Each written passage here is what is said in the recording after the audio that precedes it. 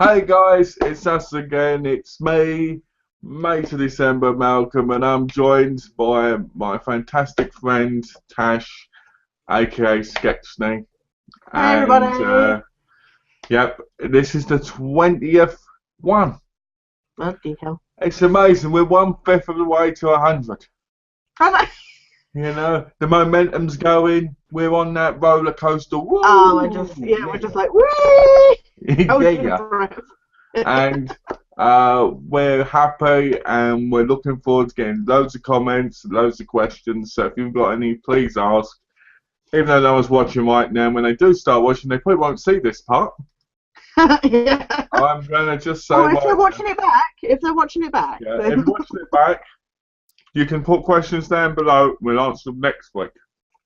I'm just If, sending Donna the link now, so she will be on her okay, way well, we'll get shortly. plenty of comments from Donna then. Yeah. When she comes out, she'll just say something completely rude right there on the spot, like, "Oh, Yeah, I didn't yeah, know stop Donna did that." that. So she's like, "What did they say?" You know what I mean? You know, which is funny. Uh, but You doing yeah, alright? You had WrestleMania yesterday to watch? yeah. WrestleMania. It was a. It depends who you're talking to. It was good or bad. You know, every year I watch WrestleMania religiously, Yeah. and this year I didn't give it. I didn't care at all. Really? I put it on and it bored me. Triple H versus Sting. Triple H won, which nobody expected. Which, to be honest with you, was a big letdown because the match was terrible. I Yeah. mean, if two people's match is hyped enough, they don't need to have two factions there from other things. Like they had the NWO, which was big in WCW by Sting, which to be honest with you, I thought was weird and bad. And Right. then before by Triple H, they had DX, Right. and these were really old factions that were with each person back in the day, kind of thing. Yeah. And it really annoyed me because I'm like, I'd rather have just seen them two go against each other Yeah. and seen a proper match I would have enjoyed. Yeah. Yeah. You know. Then you Mm. had Bray Wyatt versus The Undertaker, where The Undertaker won, which to me was pointless considering he's lost his undefeated streak now, and it Yeah. was a bit obvious it was going to happen. Yeah, it's like to dig out these people just. The biggest mark out moment, which I should have had but didn't have because it was ruined by Wikipedia. Oh God. I looked at I went, oh, Brock Lesnar is the champ, and I was going to be a champ for. So I look on Wikipedia, right? Mm, Because he's in a match against Roman Reigns. And right. right underneath there it says Seth Rollins one day, and I'm like, Oh. right. So I watched it, and Seth Rollins comes to me, cashes in the main event, and wins the title. Now, having followed Seth Rollins as Tyler Black since like 2006, Right. when he was wrestling in Ring of Honor and other things like AAW, that's a great moment because it's an independent wrestler who's worked hard to get where he is. Yeah. But at the same time, it's really upsetting me that I didn't get that shock value because I didn't think Wikipedia would have that up so quickly. Yeah. You Yeah. know. That's a bit. Yeah. Then you had the Divas match, which I don't care about. I don't care about female wrestling unless it's proper wrestling. You Yeah. know, if it's just slapping about and all that, I don't care about that stuff. I want proper, I want proper technical wrestling. You know, Yeah. like in Oh. Shimmer. Yeah. I was going to ask you, because I turned on the TV yesterday and uh, wrestling was on the TV, and I thought maybe it was the WrestleMania coverage or something. Except it turned out it was just Raw. And it had this whole scene with Snoop Dogg was there, and it was Hulkmania, but Yeah. the other guy was Axel going, no, I do Axelmania, and Hulk was like, no, no, no, I made Hulkmania, brother, this sort of, and I was just like, it's really weird to see, because I remember Hulk from 80s, Yeah. 90s. What I want to ask you is, obviously saying about like the Undertaker and that, what is your view? Like, we've seen these, like, let's face it, old guys now kind of stood there doing all these Well, it's a all good this point. overacting. Yeah. This is a good question because, a lot of people go, oh, I want to see Hulk Hogan, and all Yeah, this. yeah. Me, I look him, he looks like an old shriveled prawn now. Yeah. You know, his face Especially is all like, against like this, this big, younger, muscly guy, that yeah. looks fully toned Axel, and that. well, Axel Mania, Axel, he's the son of Mr. Perfect, Oh, right, okay. and Mr. Perfect obviously was in the 90s and that, Yeah, And basically, my view is because Sting's quite an old man now; he's nearly 60. yeah, My view is when your legacy is at the highest point and you're getting to that thing, you should retire. yeah, Because my view is when you keep going, you ruin your legacy. yeah, Hulk Hogan and Ric Flair, two of the greats of all time, especially Ric Flair, one of the best technical wrestlers in the business ever, mm, and probably by far one of the greatest heavyweight champions of the world. yeah, He had this incredible legacy, and then he decided to come back in 2002 and be wrestling again. And he just looked like a man with man boobs trying to fight people while he was sagging. And to be honest, I love Ric Flair, but I think he kind of hurt his, legacy that way. yeah, Then him and Hulk Hogan both went to TNA for a while and ruined yeah. it even more. It's because what happens is they're not good money managers. No, so they got to Yeah. get the money. They got to do the work to get the money, kind of thing. A good example is Adam Copeland. You remember Edge? Yeah, yeah, He, yeah. he Yeah, was because told, he's in Haven. He yeah, acts exactly. now, so yeah, He was told he had a bad neck, yeah, right? And he had to retire. yeah. I spoke to him about that. So Yeah, you don't see him struggling, do you? no, exactly. Because he's took care of his money and everything. Yeah, no, He didn't go out and just buy cars and just go, oh, you know what? This is all I need. He just made it simple. yeah, But once people like Sting and that wrestling, in my view, they should be retired at least 5 years ago. Hulk Yeah. Hogan should have been retired when he finished 30 years ago. Yeah, when he finished WCW. He should have been retired. yeah, Sting should have retired after his last TNA run. right, yeah, As much as I wanted to see him in the ring yeah. in That's WWE, yeah, I care more about the guy's career, legacy, and his life. that's the Yeah. thing. Like, I mean, I'm not a wrestling fan. I don't know anything, but it's. I mean, it brings up an interesting point, obviously, regarding like other stuff we love and this, that, and the other. But it's difficult because, like you say, there's that nostalgia that wants you them to be there. Wants you to want them to be there. But at the same time, like I say, seeing Hulk Hogan stood there, just this old guy just doing the whole same old spiel, was like, that's really sad. It's like, why can't you leave on a high? Now he's just making Yeah. it like you say. It's like that's all he can do. And of course, there's been a lot of controversy, and he had that whole TV show and this, that, and the other Hogan separately. knows best. Yeah, yeah, yeah. I've got that on DVD. Oh, really? Yeah. But it does make you sad though, because you just look like this old guy that's got nothing else to do but just, it's like they just wheel him out, kind of thing. Well, the problem, my view is the problem is that how can you go from being one of the biggest people of all time to doing nothing? Yeah.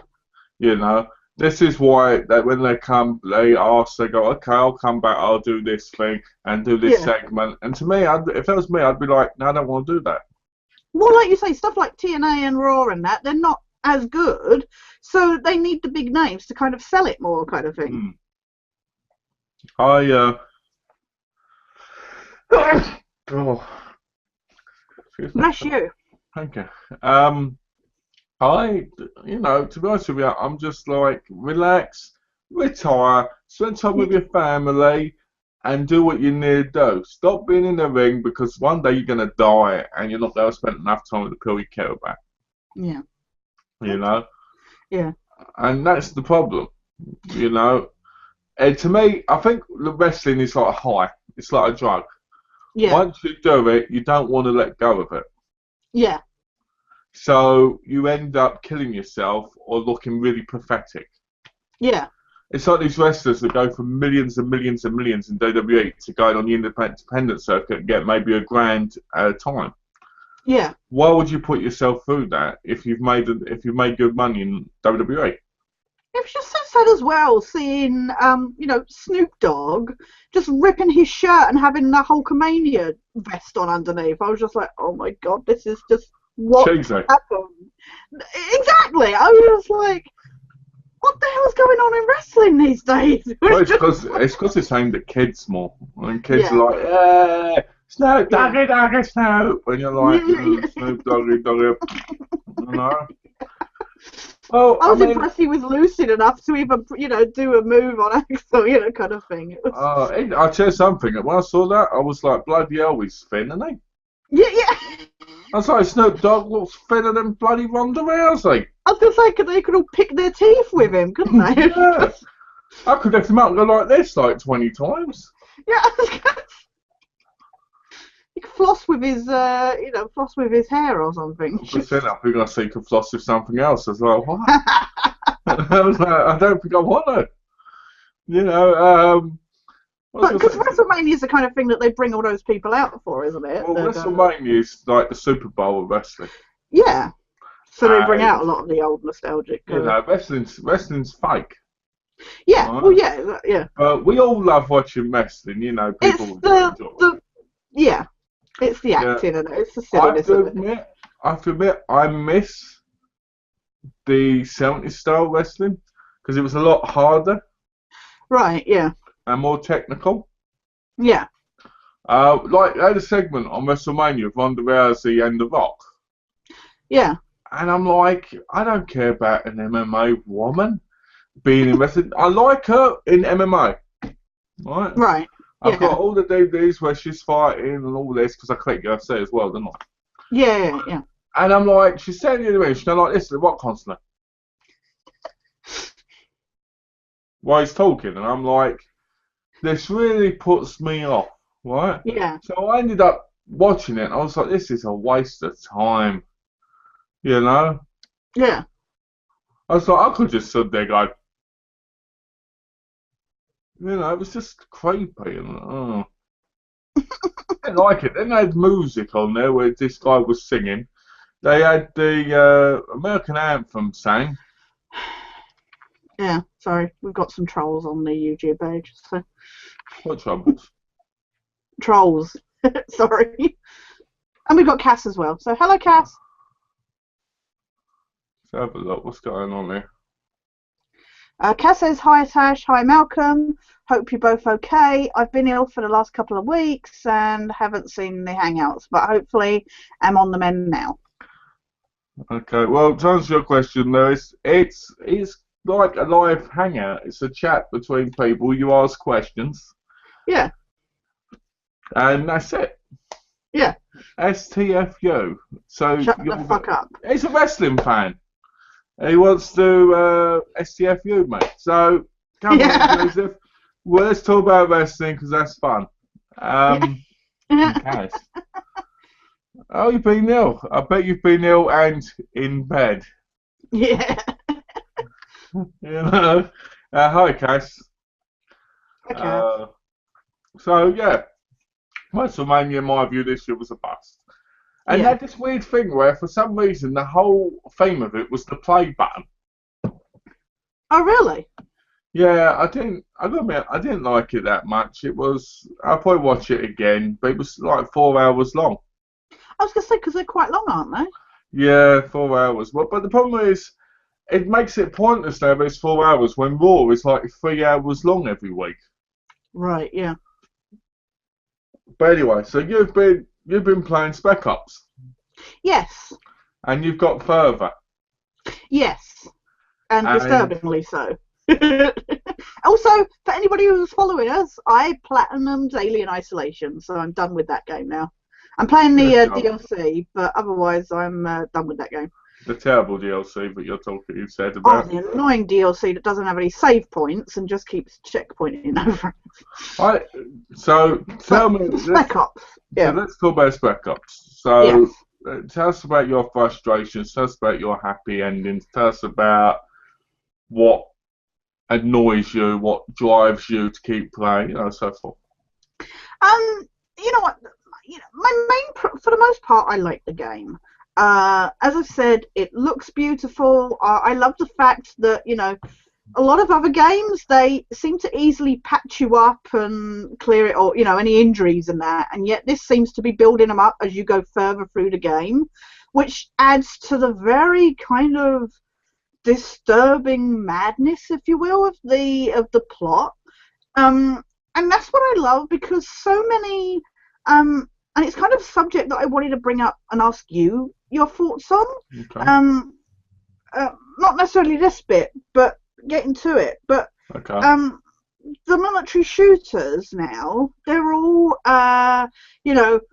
be it America, fuck yeah, and stuff like that, and patriotism and let's all fight and this, that, and the other.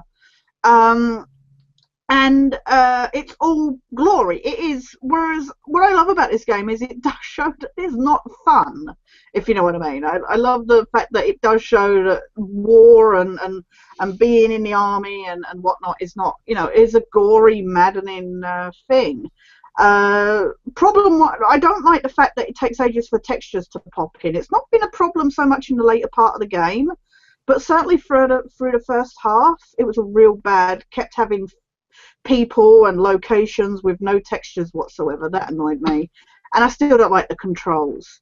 But what I want to ask you, because I know you've been playing Dead Island, and obviously, it'd be interesting to hear your thoughts. But what I was going to ask you is what your thoughts on, because I know, were you just watching like the Watch Mojo horror movie countdown or something? I was watching the top 10 worst, movie endings. Oh yeah, the plot twists and that. Yeah, that's it, the plot twist. Yeah. And I was like, Safe Haven, she's a ghost. Yeah. Stuff like, I was like, what? I was watching their horror movie countdown. I think it was the 2000s one. They were talking about something being. I think they were talking about like Ju-on and the Ring and stuff.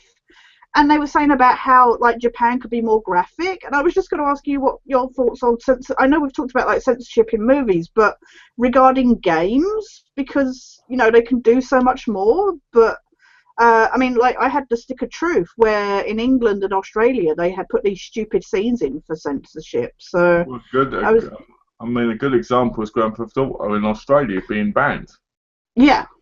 Yeah. And stuff like Manhunt and all that. Do you know what? I remember Manhunt. I remember that come out. I never played the game.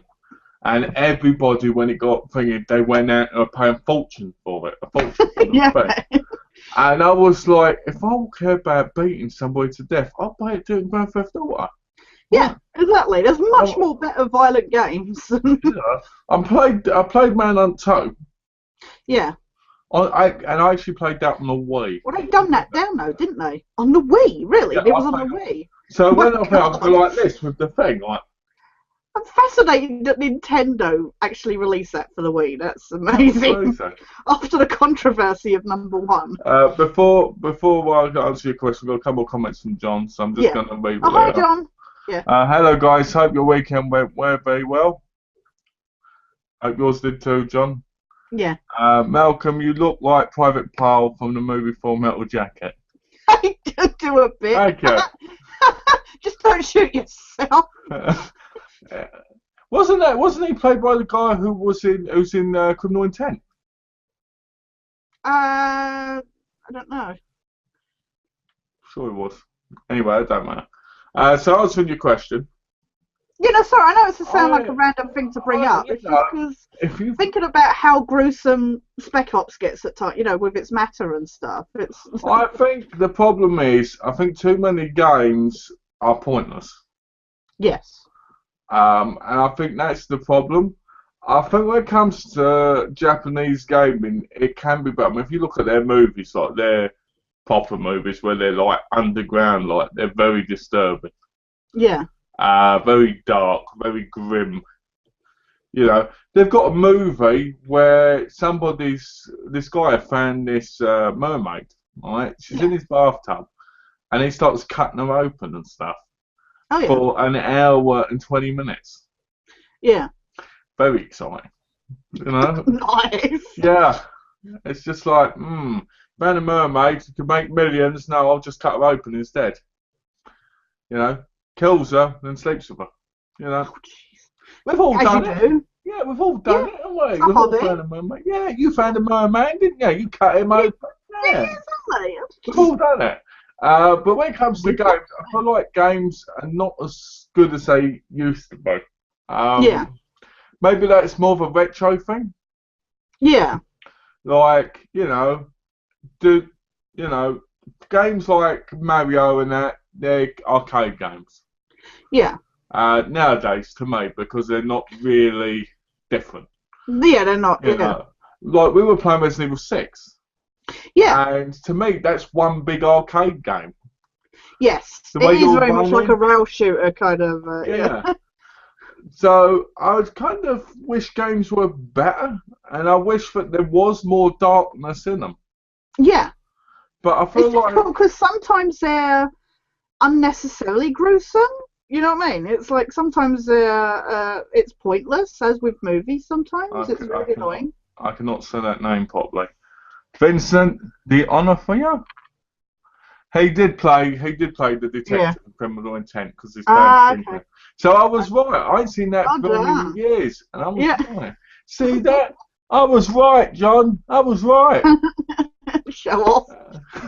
So even though I couldn't name the bloke. Yeah, yeah, yeah. So I feel like games not as scary. Like Resident Evil 6. I really like Resident Evil 4 because you never knew what was coming at you. Yeah, And I liked how it changed it up so much. Like you had the villagers, then you had like the cult, and then you had like the army. yeah. You know, and I like that. I like how it came jumping out like on fire and stuff. I'm But flying. so far, number 6, it feels like you're running, gunning, trying to get from one stage to the next. Yeah. But there's no horror elements to it.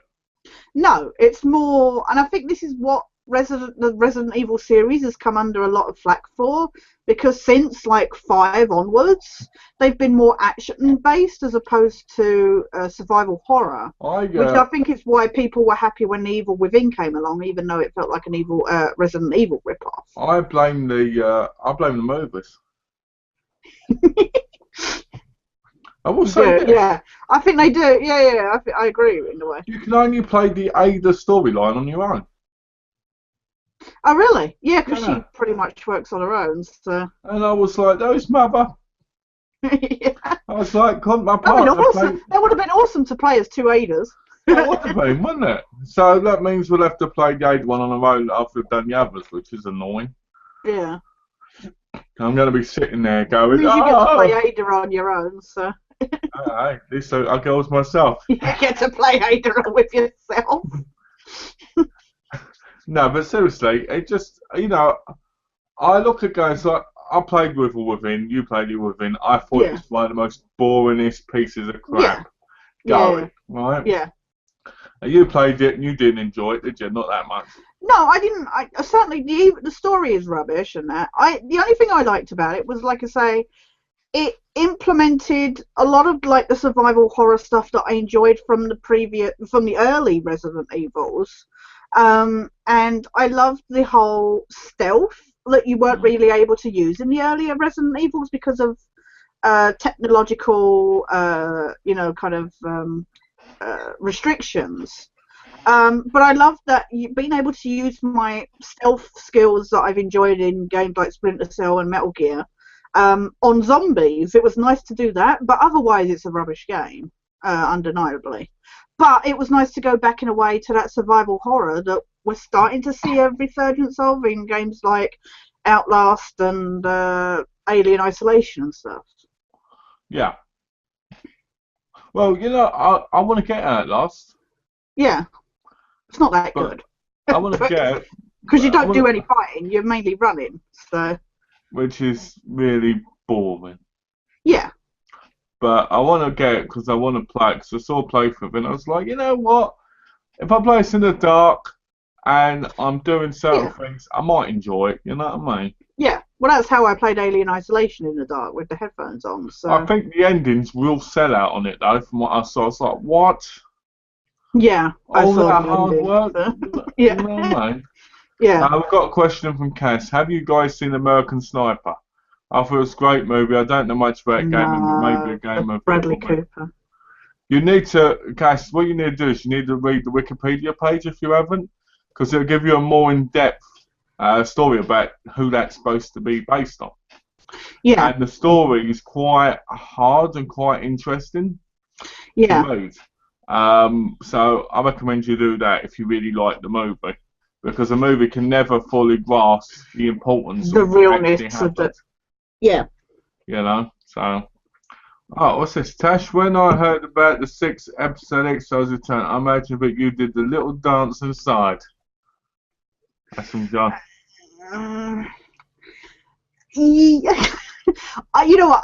It's funny because I was obviously this would have come up sooner or later, but you know, it was funny that we talked about it on the Monday, and literally the day after it was confirmed. It was what the hell? My music's playing. Bear with me. Sorry. My music suddenly started playing. That was weird. I think I knocked something on the keyboard. One of those days. Yes, told you. I will not lie. I am absolutely happy. I would be lying if I wasn't. However, and especially seeing stuff like, you know, David Duchovny and Gillian Anderson commenting and stuff like that, that makes my... But at the same time, I've been burnt before, and I'm dubious. And they're doing this whole, oh, it's going to be, like, we're going to do a 50-50 split. Like, we'll probably start and end with the mythology, but in between it'll be standalones. And I'm just like, no, I just want closure. It's just like, and I don't want them treating the fans, especially those that have been following it the whole time, I don't want them treating us like idiots, like we don't know anything, if you know what I mean. And I know what Chris Carter's like, and he's really stunted with some of his writings. So I am happy. I'm looking forward to. I mean, it's annoying that it's obviously not going to be aired until next year. But I'm just dubious. I'm guarded. Well, you should be glad that it's even happening, you know? Oh yeah, no, I'm like I say, I thought, you know, I was part of the fight for the third X-Files movie, so I am happy. I'm absolutely overjoyed, but I'm just concerned. I am happy with a little bit of dubiousness. I don't see why they don't just focus all 6 episodes of the mythology. They could wrap everything up. Yeah, and make it deep and everything. Yeah. They don't need standalone episodes in 6 episodes. No. They need episodes where they're focusing on what's important. But the problem is they want to capitalise while they're there, so they can go, oh, well, let's do this. And everybody's like, oh, is there going to be more? And it's like, dude, look, we just get through this 6. I think there will be. There will be more. I've got a feeling they're going to make the 6, and then they're going to replace Mulder and Scully with some other people like they are to Kiefer Sutherland in 24. Yeah. I think that's what it'll be. And then you'll get this outrage from people like you, bring him back! David Duchovny needs to come back or I'll kill myself. You know how people are. We were kind of saying with like the whole wrestling thing. You know, as much as I love Mulder and Scully, I do not want to see David Duchovny and Gillian Anderson getting old as Mulder and Scully. That sounds really silly, because I want to see Mulder and Scully old together. But at the same time, it's... I want to put it on the HBO channel and then have full-on nudity with Gillian Anderson and David Duchovny getting it on. Yeah. You know? Because I think that please a lot of different people. Yes. But I don't want to see them, whatever age, you know, chasing aliens or whatever. It's just like, yeah. I would like a closure. I would like to see what happens, you know, with their whole, you know, their son storyline and stuff like that. But beyond that, it just worries me that they're going to try for this standalone thing. Because, I mean, as we've said with stuff like Fringe and that, we've had those stories before. Well, you know what? I don't want to see Mulder become the smoking man. You know? No, I mean by exactly. that. Because the smoking man was an old codger. Mm. Guy like this. Yeah, even though he's my favourite character. You know, I don't want to see Mulder going around just going, Yeah. What's this? John says, when they probably bring back Law and Order, I'll be the same way. Very excited, but a bit guided about how it is going to be presented. Exactly. Well, do you know what? I think disagree. when something feels like your baby, you know, like something that you've held treasured for so long. Like I've grown up with it and stuff, Yeah. and I still love it to this day. It's like, what is? I mean, especially modern day. I mean, like I say, I mean, I said this on my Facebook. We've had this with the second movie that everybody hated. You know, it was so hyped up for that, and then it was a flop. And it's like, are they going to do it, and we're going to get screwed over again? Well, But you know, sorry, I didn't mean to cut you off. just to mention John's comment, I don't really agree with Law and Order because even though Law and Order did have a progressing story, it was very light every week. It wasn't Yeah. something that was really that deep, other No. than the cases. There were some deep things in Law and Order, but it wasn't like X-Files. It wasn't like something like Millennium. It wasn't somewhere you kind of followed the characters as much. Yeah. They pop in and out. But I can understand where you're coming from, because if they put all teenagers and they go, oh, I don't want to do that, man, I just want to do it like this, then Yeah. it would be, wouldn't it? So Yeah. that's my view on Exactly. that, No, yeah. you know. So I am excited, and I knew, you know, it was just funny that we literally the day after we'd been talking about it, they got confirmed. I was like, that's so funny. I have to admit, I think 6 episodes is enough. Yes, But I think, I think that would be enough if they focused on the mythology. but I think if they wanted to focus on a couple of single episodes, they should have made it 8. Yeah, yeah. Then you could have pleased everybody. Had 6 about the mythology and 2 separate ones. Yeah, exactly. And I do think they'll bring the series back. I just think it's going to have other people in it. I think it's going to have different people in it, yeah. Have you Which I seen think is wrong, like you said with Kiefer Sutherland. Kiefer Sutherland is 24. Even though he is a crackhead, you know, it's Yeah. still, Yeah. you know, what I want to know is why did Hideo Kojima make bloody Kiefer Sutherland the voice of Snake when he's a crackhead? Well, apparently David Hayter wanted more money, which makes, I mean, we talked about this when we were gaming on Friday, but, you know, for those of us, for those that obviously are not privy to our... Why didn't they just start a Kickstarter to give him the money to be so? Because that would have worked. If people had done that, I think, you know, like I was talking about, like, with the Alan Tudyk and Nathan Fillion project on Indiegogo, I think it's been proven that fans, if people had said, you know, the fans want David Hayter, they would easily have set up, Yeah, you know, a Kickstarter and gone, make him the voice of Snake. I would have paid. I You know? get that it's a job for him, but seriously? I mean, you've got to think. I mean, it's the same with Michael Ironside and Sam Fisher, though. You know, I mean, I know they had a falling out. He had a falling out with Ubisoft or something, which doesn't surprise me because Ubisoft are arseholes. But it's just, you've got to think that there's something, you've made this for the fans for X amount of years. It makes me sad that he's not known, you know, you would think that he would feel something owed towards the fans for that character. Watch it, Lambert. I always love that. I loved killing Lambert. You love killing Lambert. He deserved to die. Hate the Splinter Cell stories because they make no sense. They start off with some really exciting, like how his daughter's dead and then she's alive again. And you're like, Yeah. you know what I mean? I know, it was so emotional when you thought she was dead and then all of a sudden she's alive again. I was like, oh, really? Yeah. That would have been a great drive for Sam to go absolutely batshit crazy. What I like about that was in Conviction and that, it was an awesome, Conviction was an awesome Splinter Cell game. It had the sneaking and it had the full frontal attack. It was awesome. Then they create Blacklist, which was supposed to be like a prequel kind of thing. Yeah. And it was absolutely dreadful.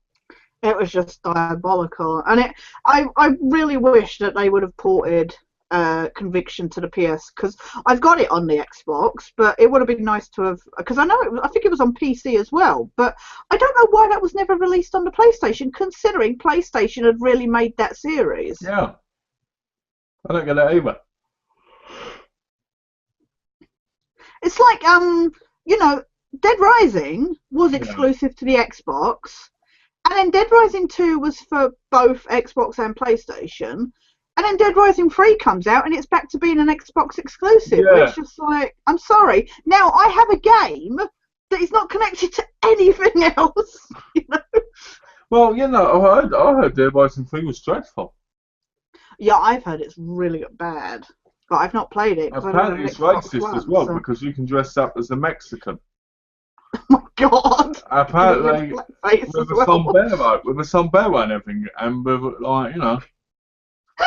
Apparently it's racist in that sense, but who knows?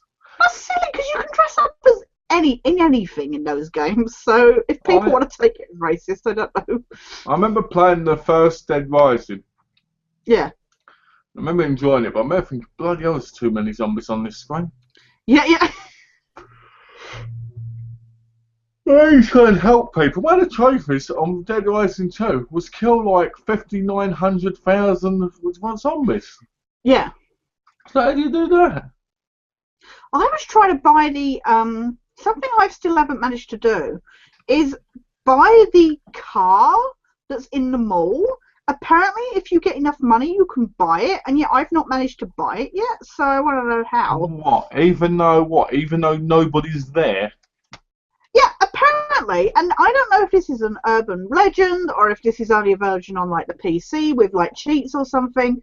Apparently, if you get like $1 million, you can go to the pawn shop and buy the keys for the car that's in the mall. But I never managed to do that, so I don't know if it's actually even possible or if it's people that have just been like using cheat codes to get it or what. But it's something that I've not managed, because I can't imagine how you would get it out, because you have to open the doors. So I don't know how you would get the car out of the mall. Maybe you can only drive it around in that one mall. I don't know. Probably. Or maybe you can't even really drive it. I don't know. Who knows? You know. I don't know, you hear all these stories, but it does make me sick, because I played Dead Rising on somebody else's console, you know, got a taste of it, and I didn't have an Xbox 360 at the time, so I didn't get to own it, and then Dead Rising 2 came out, and I got it on the PS3, and then I got the Xbox 360, so I managed to go back and get Dead Rising, and now I don't have an Xbox One, so I can't have number 3. I'll say this, playing Dead Island. Yeah. Because I'm going to pick up Walking Dead. Yeah, Walking Dead in a way. It's like The Walking Dead, but with worse storytelling. Worse characters that you don't give a shit about. Well, there's a lot of things I don't like about the game. I mean, I'm going to need you to help me with one part. Yeah. I thought we were going to play it together at some point, like just as an extra. Yeah. We are. We're going to, because you need to play through it with 4 characters as well. Oh, could you do it as your 4 accounts, or do you have to be on 4? No, on 4 different characters. Oh, okay, yeah. Only on that one, so we're going to go through it anyway. I can help you get the online ones, because all you got to do is do certain things, and most of them that'd be good if we can get it on mine as well, yeah. What we will do is, I don't know who you are, what character you are, but it needs to be different. God, I can't remember who I was. Because you have to get all 4 people in a room, all 4 playable characters. Now, if you're a different character to me, the chances are we can both enter the same room and get you that trophy. Who did you play as? The black guy. Yeah, I don't think I played as him. Yeah, I love the way he goes like, yeah, I can do that. And what was it? I was accepting one quest, and the person went, my daughter's ill, can you get in her? He went, I think I can do that. And it's like, yeah. So, I'm looking forward to doing the arena thing with you, which is the DLC. Yeah. Because that's some difficult trophies, but not if you've got 2 people. Yeah, right, yeah. Especially 2 experienced people. Yeah, 2, good players. Yeah. So, I put it in the game, right? This was on, Wednesday? Right, yeah. No, Saturday, sorry, because I played 2 days. Yeah. I put it on Saturday, and I was like, you know what, I'll give it a go. I fancy trying something different. And I was like, wow, I'm hooked to this. I played it 2 hours and 40 minutes straight. Right, yeah. Enjoyed getting the lifeguard station, enjoyed getting a car to drive, enjoyed all that. Was like, yeah, this is incredible. Love it, love it, love it. And then all that I kept realizing slowly but surely was this. It was, thanks you guys. Thanks you group. And I was like, what group? What guys? Yeah. Right? And Yeah. then there's cutscenes like at certain missions where there's all four of you choosing whether or not to help people, and I'm like, Yeah. but none of them are around me.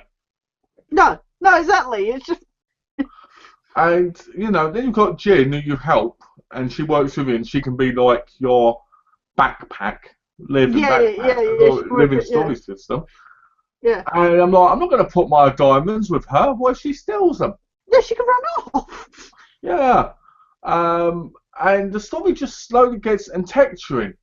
When you get later in the game, it gets so bad because I came out of a building where I was getting Kwan's brother Cho, and he was completely bald and he was running along with no clothes on. Yeah. And I was really? No clothes at all?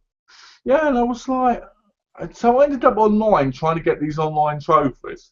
Right, yeah. And the original one was supposed to be the hardest one to get. Right, yeah. And it bloody well is, because every time I look, there was, I'm going to call it, I don't know what his name is.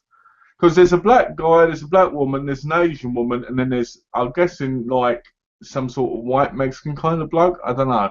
Yeah, I think I played as him. I could be wrong. If you did, that's a good thing. I can't remember. I don't think I played as a black guy. Because there's Ixan or whatever it is. I don't know. I can never say foreign names properly. Yeah. So, anyway, so there's them, right?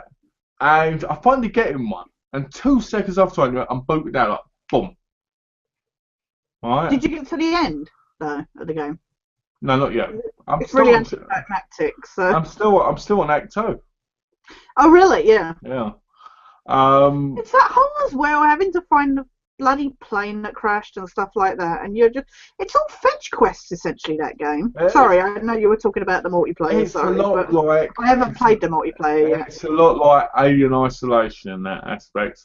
You know, turn the power on. Let's move. Turn the power back on. It's not that, except let's go and get this thing. Let's get this recording. Let's do this. Yeah, but at least maybe in Isolation you got to different places because as you progressed you got new tools to open certain doors. Whereas a lot of Dead Island is, because it's this open world environment, it's all the same. You don't really know. I agree with you. I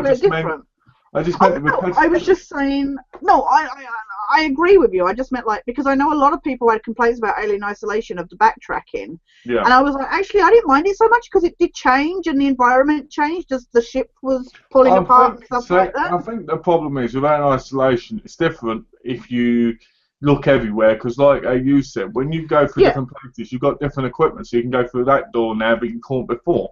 Yeah, exactly. But going back to Dead Island. Yeah, sorry. The problem is the missions are nearly all the same. One made is the missions on the island are almost the same in the set. Oh God, yeah. Like go get my brother Kwan. Oh, go get my sister Anne. They're exactly the same. People. Yeah. You know, killing humans is fantastic. You shoot them in the head, it shows half their life gone, but they're dead. Yeah. You know, and these bloody bloater-looking things that explode.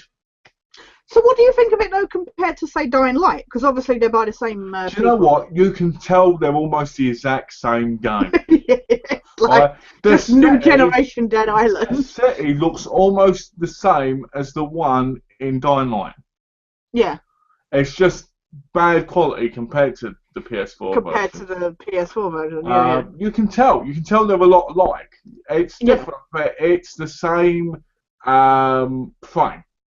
From what I've seen of the Dying Light footage, like when you played on Twitch and stuff, I can see the definite similarities. Yeah, you can tell there's more in Dying Light because of the system thing. Yeah. So if you take that away, it would be almost the same. I need to get back to Dying Light, but again, it's one thing I'm waiting for you. For I'll be getting it soon, hopefully. Yeah. But it's so frustrating. The sewers, I hate them. Yeah. I go into the sewers in that as game. I said to you, I don't know why developers keep insisting on putting sewer levels in games because everybody hates them. Everybody moans about them when they get to them. You know what I do? When I go in the sewers, all I do is run past them all. Because I'm like, I'm not going to fight more in the sewers because it's pointless. Yeah. You know, so I just run. It's going to drop out from the water. Yeah, I mean, I like the Rams. The Rams. Mm. Yeah. It looks like me if I was in a bloody straitjacket. You know. Um, but yeah, most of the trophies are quite easy. The collectibles, they're quite simple to see. Yeah.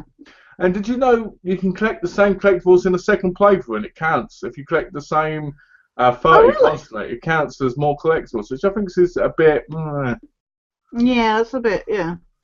I got a killer ram with a tackle skill. I had to learn the lock picking to pick these locks to get extraordinary weapons or whatever Oh they're God. called. Yeah, yeah, yeah. But I haven't found any yet. I'm about 50% through the Spec Ops trophies, so considering I need to play it again is not Where's bad. my game? Where's my game? Must put it in right now. Quick. Yeah.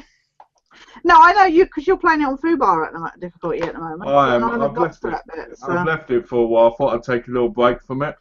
yeah, that's the thing. It's like I played Alien Isolation 3 times in a row. I played Last of Us 3 times in a row, and it's like it would be nice after playing this the first time round to maybe take a break and get back to playing something different. We've got a couple of comments.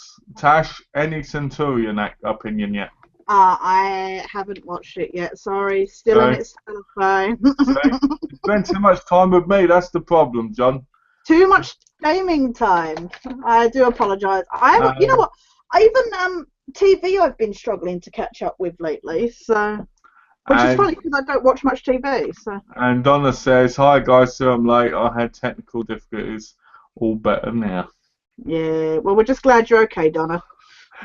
I was one of those guys. Yeah, yeah. Get her! No, no, we're glad you're okay. Right. No, thanks for making it. Seriously, Donna, I'm glad you're alright. I was really worried. When I read that thing, I was like, "Oh, I'll wait till Monday and make sure you're alright by seeing you right there." If you hadn't turned up, I'd have sent you a message going, "Are you okay?" Yeah. Not because the comment in the Facebook would have told me that. No, yeah, yeah. I've But had to make a big deal of it. You know how people do that, where they make a big deal. They go, oh, "Are yeah, you yeah. okay? Are you gonna be all right?" You know, I know when people do that. I just say it's funny. But Yeah. anyway, No, but um, yeah. Bloody yeah, technology though, stopping I, getting I was like, online. I was lucky to get the Game of the Year edition Yeah. for $8.99. Oh yeah. And do you know what? I thought the online part of this was going to be dead. Is there still quite a few people playing it? Yeah, there's like 50 people playing. But if I was you, Blimey. seriously, if I was you, I'd probably try and get the online trophies soon because you don't know when the servers are going to go down on this. You know me, I don't like doing stuff where I have to talk to weirdos. So. I didn't talk to anybody. Oh, you didn't talk to anybody? Did you have Well, your I mic did. off? There was one point where a guy where I got out of my car and somebody went, "I'm going to take his car. Ha ha, shame he can walk." So I followed them, Yeah. right? And I put on my mic. I went, "You can walk now, you fuckers," and drove off in the car again.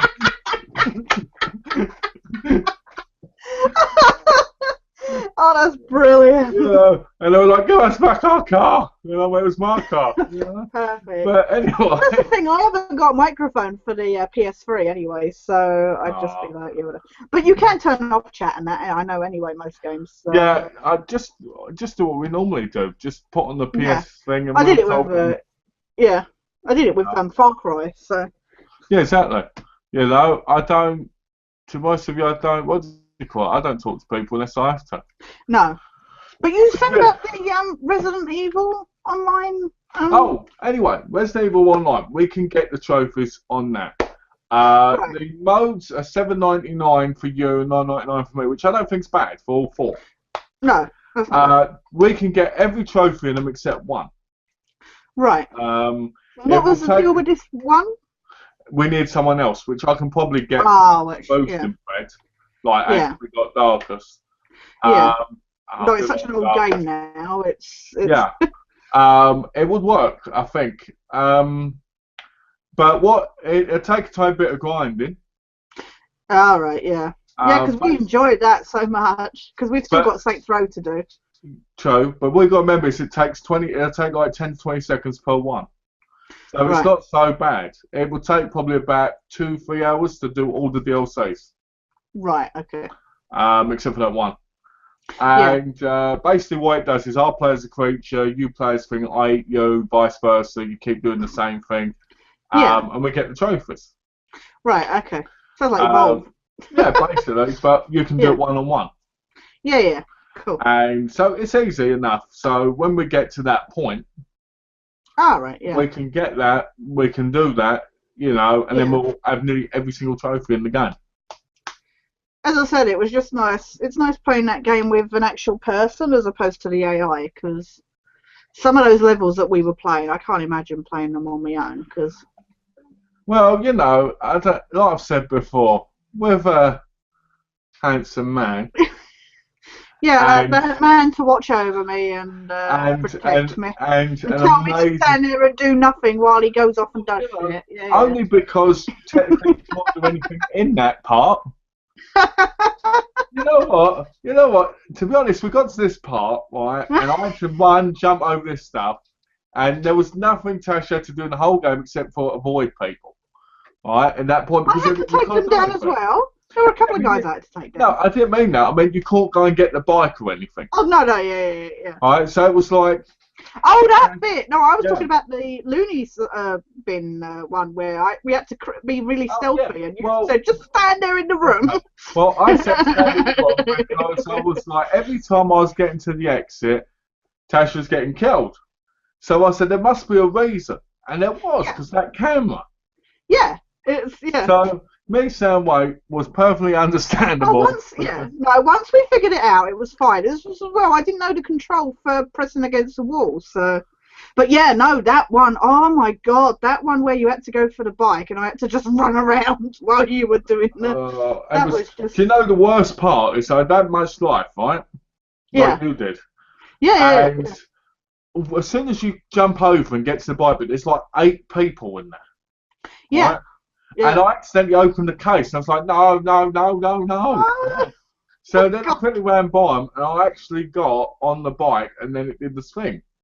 Oh my god. But I was like, thank God, because there was 8 people in there. I was like, are you supposed to survive this? Yeah. You know? It's ridiculous. I mean, I dread to think what that's like. Oh no, we are playing it on the hardest difficulty, but can you imagine just... the fact is we had no health. We had no, ammo or anything. And actually, it wouldn't have mattered because they would have kept spawning anyway. So, but it was absolutely insane. And I don't know how that would go. I mean, can you imagine if you had an AI partner? They'd just be bloody kept dying all the time and going, help me. Help me. You mean like you were going, save me, Malcolm, save me.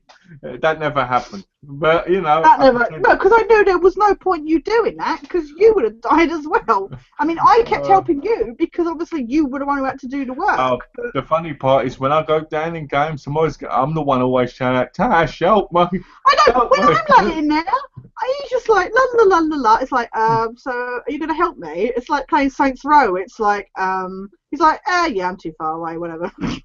Yeah, I'm like, oh well, screw it, you'll respawn anyway. And then it gets to, or it'll get to 5 seconds, it'll be like, oh, you're down. I'm like, didn't it come on your bloody screen? I tell you though, Resident Evil, on No Hope, it gives you no chance to help your partner at all. No, it's just nothing. It's just... Unless you're right next to each other, you've got no chance. There was one time where they almost had you, and I shot them a couple of times. But my god, that driving thing where you had to drive the bike and I had to shoot, and that was just insane. It was awesome though, but the quick time events are so frustrating. I hate that. They give you no time to see them. I don't know if they're any slower on the the easier difficulty, but... They must be. I would hope so, because there's just no time to see those. And that's just but you know what? I've had that a couple of times on Spec Ops where I've gotten to a certain point, and I'm like, come on, I'm right near the end of this chapter, and then I die, and I'm like, no! Well, and then you have to do the whole section again. That bit in the mall, that bit that you were stuck on. I didn't know you could bloody focus the bloody turret. Isn't that the bit where you kick the guy over the balcony before you start? Yes. There's 3 levels, and they go down, and then they go back upstairs, and then they zip line over. Yeah, because what happens is you kick the bloke over, shoot the first stop, and then you have to climb over when the sand goes, and then you get over, and then you have to shoot, right? Yeah. Yeah, that is one of the most frustrating and annoying parts because I did it really well the first time. Yeah. And then what was it? No. And then what would happen is I get to the top and it'd get blown up. Right. Yeah. And I'd be like, oh, and I'd have to do it again and again and again. Yeah. Oh no, I think that's a different bit. I was on about the bit where they're on like you're behind a turret and your partner's on the other. Yeah. No, you are on about the same bit. Sorry. Yeah. You know, but like I didn't know you could focus. So I was shooting and luckily hit them. You know what? I looked up. I was like, I had to look it up on YouTube because I was so frustrated because I was so annoyed because I kept getting them down to the bottom floor, and then like 3 heavies turned up, and I kept doing everything, and they kept dying, and I was getting so annoyed, and because you have to then do the whole section all over again, get them down to the bottom floor. And I was like, this is ridiculous. I was like, I'm doing everything I can. I kept the explosive tanks, the explosive boxes available so that when the heavies went past, I could blow them up and stuff. And it still wasn't working. And and then I looked up and the video I saw showed just like this person like focusing the turret. I was like, excuse me? And you know what? And you were like, oh, I thought you would have thought to try that. I was like, you know what? I don't know why, but I really hadn't ever thought to try that on the turrets. Have you got to the bit yet where you must know where Lugo's running to the helicopter? Yes, yeah. Oh God, that bit was so frustrating. Yeah, I kept shooting Lugo. I got so annoyed because I had to do it several times because all these people would keep shooting at the helicopter. And like after you leave, like, because you have to take out that whole tower, don't you? And they kept bloody shooting me down, and I'm like, how? And it was like some git on a turret that I couldn't see until the last minute. It's a very frustrating game. But I'm loving it. It's fun. So far, it's even more frustrating because 1 shot, 2 shot, you're dead. Oh, don't! I got to the bit where it's just me and Adams. And you've got that desert, and the vehicle turns up with like a heavy and the knife guy and that. And with the boat. The yacht. Yeah, you're supposed to. And I kept dying. That was one of the things because oh my God, it was so funny. The first time I did it, I got into the yacht because there's a guy on the top level, isn't there? So I go up, got him taken out, and literally I got to the top of the stairs. And an RPG hit me straight in the chest. I was pissing myself laughing. I was like, that is so perfect. To get to the top of the stairs and the next thing you know is rocket to the chest. I was like, you know why, didn't you? Okay. Because there's the bit at the back where there's that square bit. Yeah, there's that extra. Yeah. It's supposed to be there because you can shoot them as they're coming up. Yeah. No, I got that. But it was just so funny. But yeah, no, that bit I kept dying with the heavy and that because obviously the other people run off, don't they, and surround you. And just to answer this quickly, Donna, it's Spec Ops: The Line. Yeah. All right. Go on, carry on. Oh yeah, no, sorry. I just want to answer so that people know. Oh yeah. Sorry. But I kept dying. And it kept coming up going, change difficulty. And I'm like, no, I can take on about 10 guys in a, empty desert. I said, if I can't do that, then I've got no hope where they can hide. I just loved that bloody knife guy that kept running at me. I was just like, go away. I just love the sandstorms. Yeah. It's amazing. In the sandstorms, I'm picking people off left, right, and centre, like boom, boom, boom, boom, boom. Yeah. But yeah, the knife guys, it says there's lots of them to come in the thing I saw. Really? But I only saw like you counted a couple of them. I think I've only seen like 5 or 6 in the game. Yeah. The worst part is when you get near the tower thing. Yeah. There's like 100 people shooting at you. Oh, yeah. Yeah, I've got tons. I'm at like the bit I think it's chapter. Just remember, if you get over those sandbags near that area where the turret is, if you die, you're checkpointed there. Right. Because that's what I found out. Because I died then, it said I was there still. And I was like, yeah. I'm in a bit like you go across a golf course. I'm at that bit, the building and the golf course. Oh, okay. And yeah, I keep dying because Adams keeps dying, and there are so many people. There's like 100 people in that bloody building. It's ridiculous, and they've got a turret and everything. But you know, Donna, it's got the voice of Desmond out of Assassin's Creed in it, so awesome. I'll tell you something. What I liked about the game was when the game ends, you get another choice to make. Oh, really? After the credits. Ah, really? Cool. Yeah, which is pretty interesting because I was like, I didn't get to make this one, and then it had it. Yeah, because I know there's trophies for some of them I've managed to get. Some of them you can't get because they save after you've made the decision. But did you let that guy burn, or did you help shoot him? I shot him. I let him burn. Fucking arsehole. Did you know every choice you've made was the complete opposite to the ones I've made? Because I've been looking at your trophies, see it as you progress. Yeah. On the story. And you picked every single one that's not the one I picked, which is kind of interesting. Yeah, really. Yeah, I shot the guy in the head. I shot him. I shot him. I got the trophy for doing it the other way, and then I did it again where I shot him just to get the other trophy, and then I did it again and let him burn again. I was just like, no, I'm sorry. He doesn't deserve to get what he wants. I shot him and then I sat on him. Nice. Did you teabag him? Yeah. On his face. I made sure to teabag, took some pictures with the Resident Evil phone, I'm just like, bloody hell.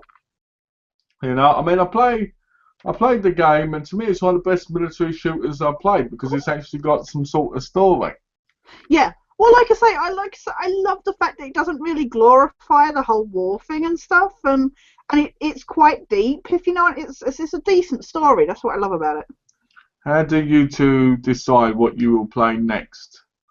Do you have wish lists and choose from them? That's from Donna. That's a good question. I thought. Do you want to answer first? No, you answer because it'll probably be the same as what I'll say anyway. It depends. If I'm playing with Tash, we normally make the decision what we're going to play. First kind of thing. We normally have a little list, don't we? But we kind of say, and then one of us picks. Yeah, because you look up what's co-op and stuff, and especially at the moment with PS3, I've got a lot of the games that you want to play and stuff. So. Which is a bit annoying because we tried Army of Two twice and it didn't work. So we should talk about this, shouldn't we? That shows me $7. The joys of out-of-date servers, especially EA. Clearly, they weren't making the money that they'd like to make. Oh no, Tash shows me $15.99. Actually, I'm sorry, it's not my fault. You got a dinged disc with tax. Of what? So it'd be what? Did you try playing it on your own? Yeah, it didn't work. It didn't work, so it is. But it doesn't work because I bought it because you recommended it, so that it's on you. All right. But seriously, so we tried playing. We'll play Army of Two. We both put it in. We got the updates. We're like, Tash did an update the day before, and we're like, come on, we can do it. EA servers are down. Army of Two. You were checking online and that, weren't you? You were checking, and it was like, no, they're no longer available. And then we went, we'll play 40th Day. It is 40th Day, isn't it? Yeah, it's 40th Day. Yeah. So I put that in. We go to load up. What's this? My thing freezes. Yeah, it kept going. You'd timed out and stuff. You'd left the match. I was like, oh, okay, fine. So then Tash hasn't got the third one, which I've got up there. So we'll probably get that eventually. Yeah. So I went. So then Tash said, "What about little big plans?" So I said, "Let's do Resident Evil first." Yeah. Because we need somewhere we're shooting a proper shoot. Yeah, we're desperately at that point where the need to shoot the shit out of something. After bloody Get Out of Hell, it's like, proper shooting. We've done so much grinding on that rubbish. So as for plans on my own kind of thing, when it comes to this, I've got about 50 games at the minute that I need to play. Right, yeah, yeah. Yeah, that's right. Every week I seem to buy 12 to 18 new games, and I'm not playing any of them because I'm trying to focus on one at a time. Well, because So, I was going to ask, because I know you buy a lot of games for trophies now, but is there something, I mean, because you got that whatever one that you'd never played before, is there something that attracts you to a certain game, or if you weren't going for trophies, I mean, like Army of Two didn't have any trophies, but I mean, a lot of trophies do now, but do you have a uh, particular type that you like? Say, like, I don't. I'm a big stealth or platforming fan, I so, would say mine. I would say my kind of games are games like Grand Theft Auto, where they're open world. alright, yeah, I would say stealth games like Metal Gear Solid, Splinter Cell, yeah, and I like games like, well, technically I like Far Cry, but that's classified as an open world.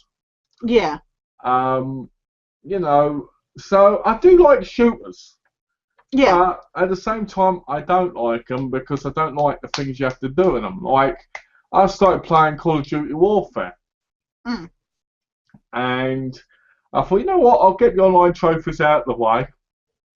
yeah, Because I always do that when I'm doing the trophy thing. I always try and get the online ones out of the way first, if I can. yeah. And what happens?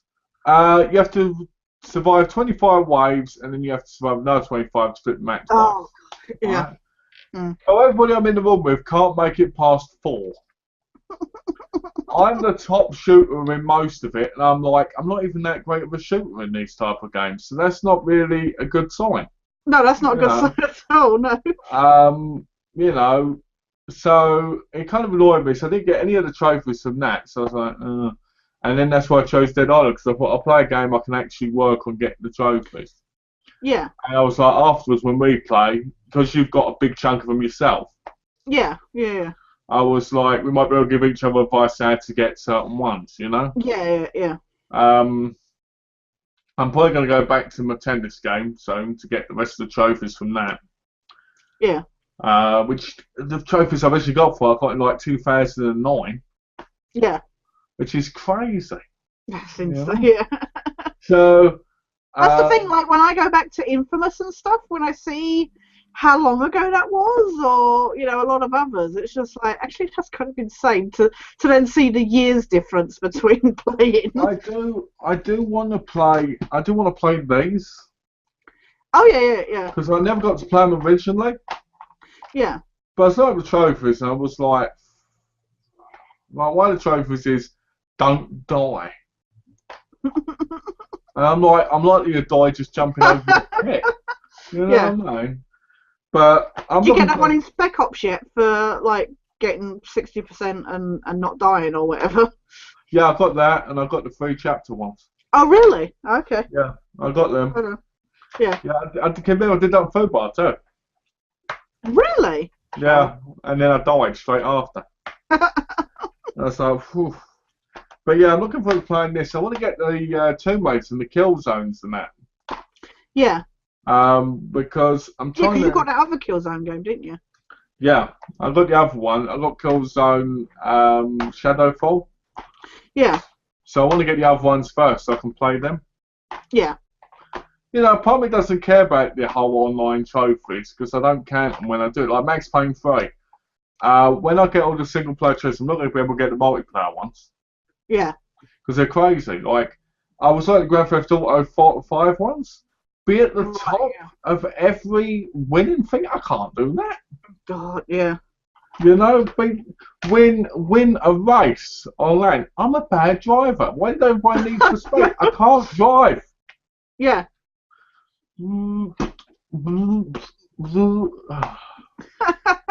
Sometimes Do you me not and play? Have you played many of the Need for Speed games? Because I know yeah, you enjoyed like Hot Pursuit and stuff. So yeah. I played Hot Pursuit. I've played Undercover. I played The Run. I played. Oh, what was that other one? There was one at a racetrack thing. yeah, I'm not. Yeah. It was early PS3, I think. I can't Yeah. remember. Um, Straights, I think it was. Most Wanted or I yeah. think it was Straights. All right. If it was called Straights, I don't know. Anyway, Yeah. you get the point. And this one. Yeah, yeah. You kind of yeah with the whole driving thing, but can you Uh, imagine? like, don't crash at all. You're like, okay. Yeah. Imagine if it was do a whole race without crashing and being less than a minute. But most of the You know, if your rivals, daughter sat beside you going, this is how you drive, and you'll be like, sort off. most of it though is just catching drivers and stuff and ranking up. Yeah. None of it's particularly hard, really.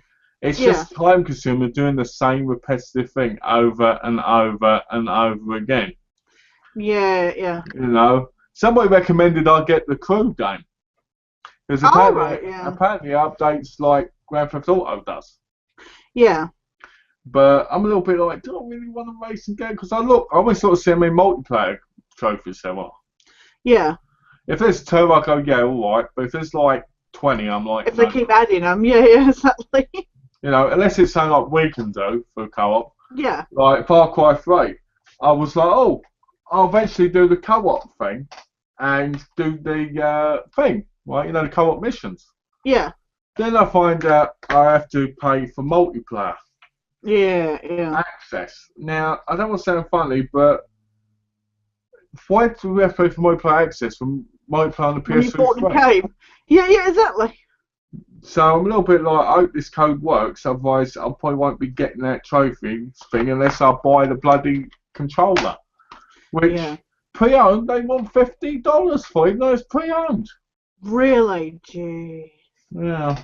So, yeah, it's kind of annoying. But, yeah, so I pick my games from what I fancy playing at the time. Yeah. Sometimes, like Amazing Spider-Man, I played it for a long period and I stopped playing it and I'll probably get back to it again eventually. Yeah. I'm kind of that kind of person who, you know, like we've talked about with like VHS stores and stuff like that.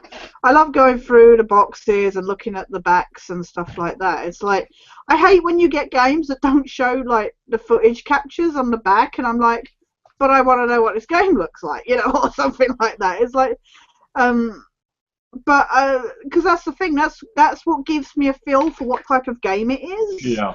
And if it looks like it's going to be something like Final Fantasy or Skyrim or something like that, I'm less likely to buy it than if it's something like, say, Little Big. I'm not a big fan of the kind of and I don't like real-time strategy games and stuff. So if it looks like it's something like that, then I'm not, you know, or like Diablo and stuff. I'm not going to buy it. I won't buy Diablo. No, I am curious about the look of Bloodborne. Bloodborne looks good. Bloodborne, I tell you something, Bloodborne's supposed to be really hard.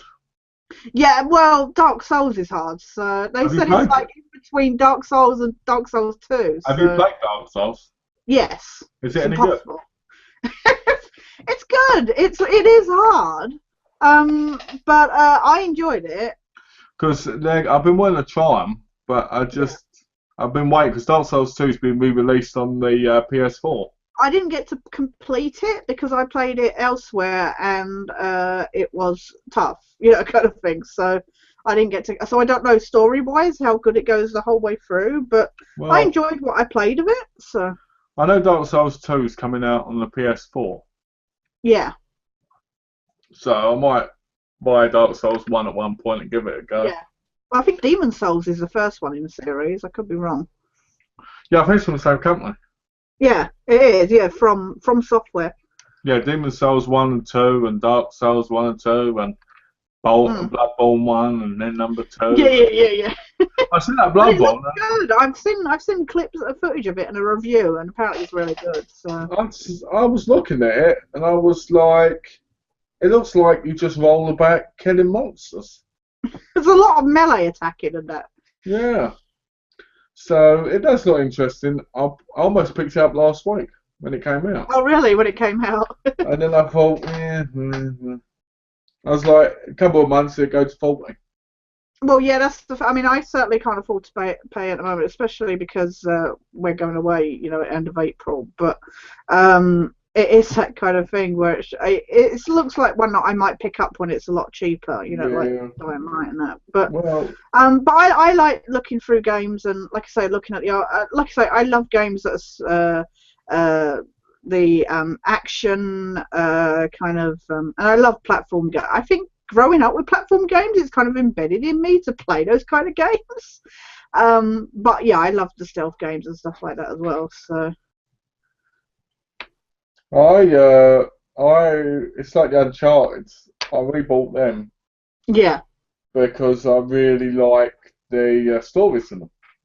yeah, And one of the reasons I bought them now is because I was like, when number 4's coming out, like the week of release, I'll play them. yeah, And there'd be like a cool thing to do leading up to it. yeah. As for Assassin's Creed, I got them because I was like, Donna's never played them, but I was like, other than the Ezio story in LTF.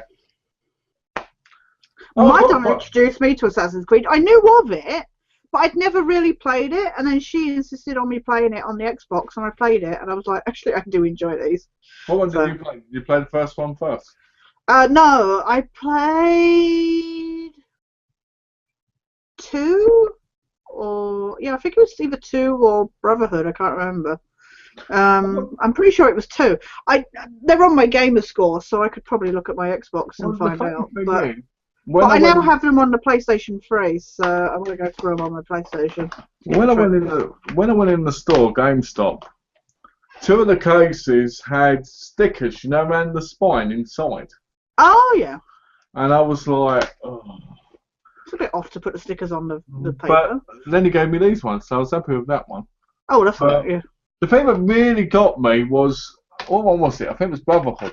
I gave him this case, and he pulled out, one without a cover or manual. I remember you mentioning, yeah. And he was going to try and sell me that way. And I was like, hold on a minute. I was like, if I pick up a case, I want the case. Yeah. Who in their right mind is going to pick up a case and then go, oh yeah, I'll take this one. Yeah, exactly. I pick up this case, he puts it down, yeah, I'll have this one. This will make the game worth it for me. That'll totally worth it, yeah. So that kind of annoys me. Yeah, because they gave that to you for something else, didn't they? Yeah, this was for Dragon Age Origins Awakening. Yeah. Donna wanted to get it bad, so we ended up with this. And to be honest with you, I hate these cases. Yeah. I told her I wanted to get the Ultimate Collection edition, which was both of them in one, thing. Yeah. But none of them had it. You should have gone on Amazon or something. Did they not? Well, I said to her, let's go. The other day, we went in CEX, and there was One Piece movie in there she didn't have, the anime. Yeah. And we couldn't find it. And when we did, it was a pirated cover, which was ripped. So basically, the pirate cover went there, and it was ripped all the way down there and up there. And it was $5. And she went, I want to get it. And I went, no, you don't. Right? And she went, yeah, I think we should. I went, no, you don't. Yeah. I said to her, I'm not trying to be horrible, but I'll buy you the official thing for like $30 if you don't buy the $5 one. Yeah. Because I was like, what would you pay? Why would you pay for that? Yeah. But she bought this because it was like. You wouldn't even pay $1 for that. That's the annoying thing. Yeah, I wouldn't. Unless it was a really, really rare movie. Yeah, because you've been getting your Galileo ones lately, ain't you? So you got your. Talking about Galeos, I bought 5 more. Oh really? Yeah, I bought 5 more. That much, sure. $278. Fucking hell. No games for me this week then. Yeah, no games for me this week. Poor. What was I going to say? Yeah, somebody on my Facebook was in New York and they had a Galileo week season of movies playing on 35mm film. Bloody hell. And I was sitting there every time I put one on going, you bastard! Because I was like, I'd have loved to have done that, you know what I mean? Yeah. On the big screen kind of thing. But yeah, the reason I bought all these Assassin's Creeds was because I'm going to play them. But I wanted to get... It's funny, I ended up... Sorry, I cut you off, you go on. What I was going to say was I got them because I thought Donna would want to play them. Yeah. But the weirdest thing was... You just never got Black Flag. But you said Black Flag, but we played Black Flag together anyway, so... Oh, right, so... I'll pick that one up eventually, but... So, basically, this was $4, right? Let's just say 5, right? Yeah. This was 5. Yeah. And this one was 6, right? No, this one was 5 too, right? So I said to him, how much for number one? $15. Jeez. And I was like, hold on a minute. Oh, and that was $6 in there, but it didn't have a case, so we bought it in Best Buy. Ah, right, yeah. So I'm like, hold on a minute. So basically, these three, which came out after, Sooner, yeah. yeah, like sooner, and after this one, cost both these bags together, cost what this one costs. That's bizarre. Yeah. And I'm like, What? Yeah. yeah. So I was like a little bit puzzled by that. Yeah. But yeah. Yeah, I have Revelation. I think it's Revelations, and I think it has like 1 and 2 on it or with it. But I bought one separately as well, so it's great. So it means I have 2 copies of number 1. Yeah, you could get that, but I chose not to get that one because I was like, I'd rather have number 1 in the case. Well, I didn't even realise when I bought Revelations that it had it on it. It was only when I was looking at the back, and it said, bonus disc or whatever, Assassin's Creed 1. I was like, okay, whatever. James says, hi guys, how are you both? Hi, James. Hi James, I'm doing good. How's your bad cough and that? Oh, lost my headphone. Well, one of the reasons I think I played Dead Island was because Dead Island 2 is coming out on the PS4 soon. Yes, yeah. End of this year, I think. Probably Halloween time. I'm hoping it's a lot better. One of the things I do want to get is I want to get the Borderlands Handsome collection. Yeah. Cause I want to get that. And the problem I have with games now. Did you see they're doing Borderlands Funkos? I think. Yeah, I saw that, and I'm a little bit like, I can't imagine, some of the other games I can imagine being Funkos, but... Yeah, Metal Gear, yeah. Oh, that would be awesome. I would so pay for a Snake. Saying that, you already got one practically, the Deadpool one. Well, yeah, the Deadpool one. I'll just paint an eye patch on him and it'll be fine. Exactly, that's what it looked like. Yeah, exactly. The thing that annoys me with games nowadays is I feel like with the online, you have to buy them immediately to get the online trophies. Otherwise, you're screwed. I think it's stupid to not say like with Army of Two, where you're like somewhere down the line, you discover this game, you go to play it, and then you can. I mean, as you've proven with Dead Island, there's still people playing that game. There's still people, inhabiting those lobbies and that. Yeah, so why to shut down the servers? I mean, It's not like EA are poor or anything. So yeah, it came out like 5 years ago. This game. Yeah. I understand in a way, like with their games the sports ones where they're redone every year. I kind of get that. But games that are older games that have not been redone and stuff, I don't know why they shut those down. I have to be honest. I think the problem is, one of the biggest problems I have with games when it comes to things is by putting trophies online. Yeah. You're basically making the game obsolete when it's shut down. Yeah, exactly. Because let's say 20 years from now, somebody picks up a PS4 or 3. None of these games are going to work online. No, exactly. I was surprised Red Dead Redemption still does. Yeah. No, exactly. Yeah. But I get annoyed by it because. In 20 years' time, the single-player ones probably won't even work either because the PlayStation servers will be shut down completely. Well, this is the problem, though, because, it makes you really not want to go back to playing. I mean, like you're going back and getting your PS3 games now, and it's just like, well, what's the point? Yeah, because, like you say, you can't plat a lot of them because you can't do the online multiplayer. Yeah. It's annoying. It's annoying because it's like the thing is I don't know how long PlayStation's gonna go on for. I don't know if they're gonna have like the PlayStation 6, 7 and keep the same, like stats and everything. Yeah. Because that would be great, but I feel like they probably won't. Yeah, no, It's not just a bad cough, it's a chest infection. And I've got crap on my lungs. I'm getting really fed up of this illness now, but I can't stop doing stuff.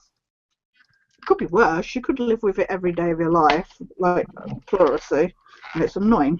What you need to do, James, is you need to stay in bed. Yeah. Stop sitting on the computer. If you were in bed, you would be healed by now completely. You're doing stuff for Mumsy. What are you doing anyway? Sorry, I was looking at trophy leaders. Sorry, I was curious. I thought you got were. to tell. Sorry, you got to tell last time about where you were, and I didn't. We did meet, didn't we, on the gaming? Okay. Sorry, while we were gaming. No, just what I thought it was trophy leaders in your paparazzi glasses. Yeah. So, oh, yeah. You were like, what's he on about?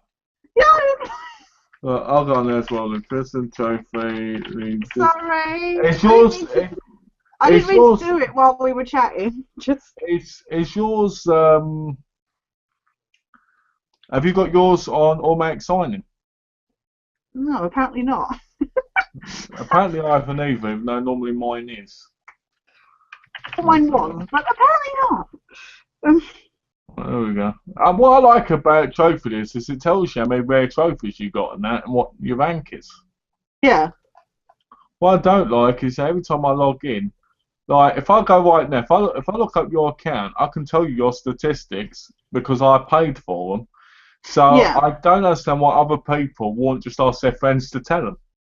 No, exactly. Because I'm a level 19 and I'm at 25% at the minute.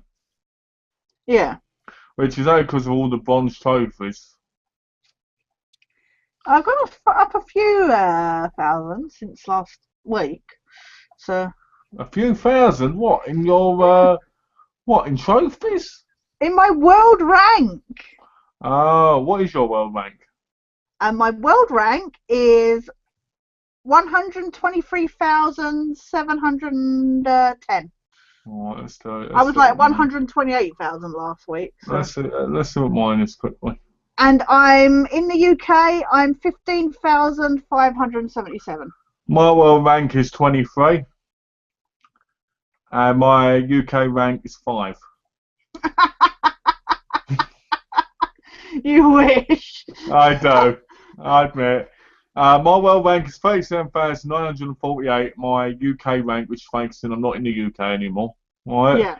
Is 4,684. Oh, well done. That's really good. But I will say, if I'd been gaming like I used to years ago, and I stopped, I'd probably be around, I'd say probably about 15,000 in the world, and probably about 100 in the UK. Yeah. Because I used to go for the trophies continuously as ages ago. So that's probably what it would have been. Apparently Spec Ops is a hard plat. So. It is. You get points on how hard they are. Yeah. For instance, Dead Island is extreme. Mind you, the fact that I got Alien Isolation and that was very hard was... Only 3,438 out of 76,973 have completed the whole game. Yeah. Of Dead Island.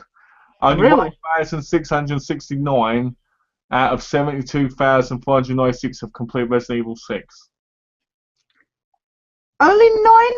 Seriously? Only 946 out of 12,989 have completed Alien Isolation. Yeah. That's hilarious. I feel we both deserve a pat on the back for that one. That's brilliant. It's awesome. But I have to be honest though, I do think that that's one of the easiest trophies you can get. Yeah. I found it a lot easier than some of the others. I mean, I only played the game 3 times. I could have done it in 2 had I not messed up with the difficulty setting on the first playthrough. But yeah, no, that was a lot easier than some other ones. So it's like me. It's like Skyrim. This one. 2,904,000 out of 104,000 have completed the full game. Yeah. I mean, how crazy is that? Does that mean platinum or just 100%. completing the game? 100%. Right, yeah. Oh look, Little Big Planet 3. We both did that. 1,046 out of 22,302 completed it. That's classified as my hardest hardest plat apparently. Yeah.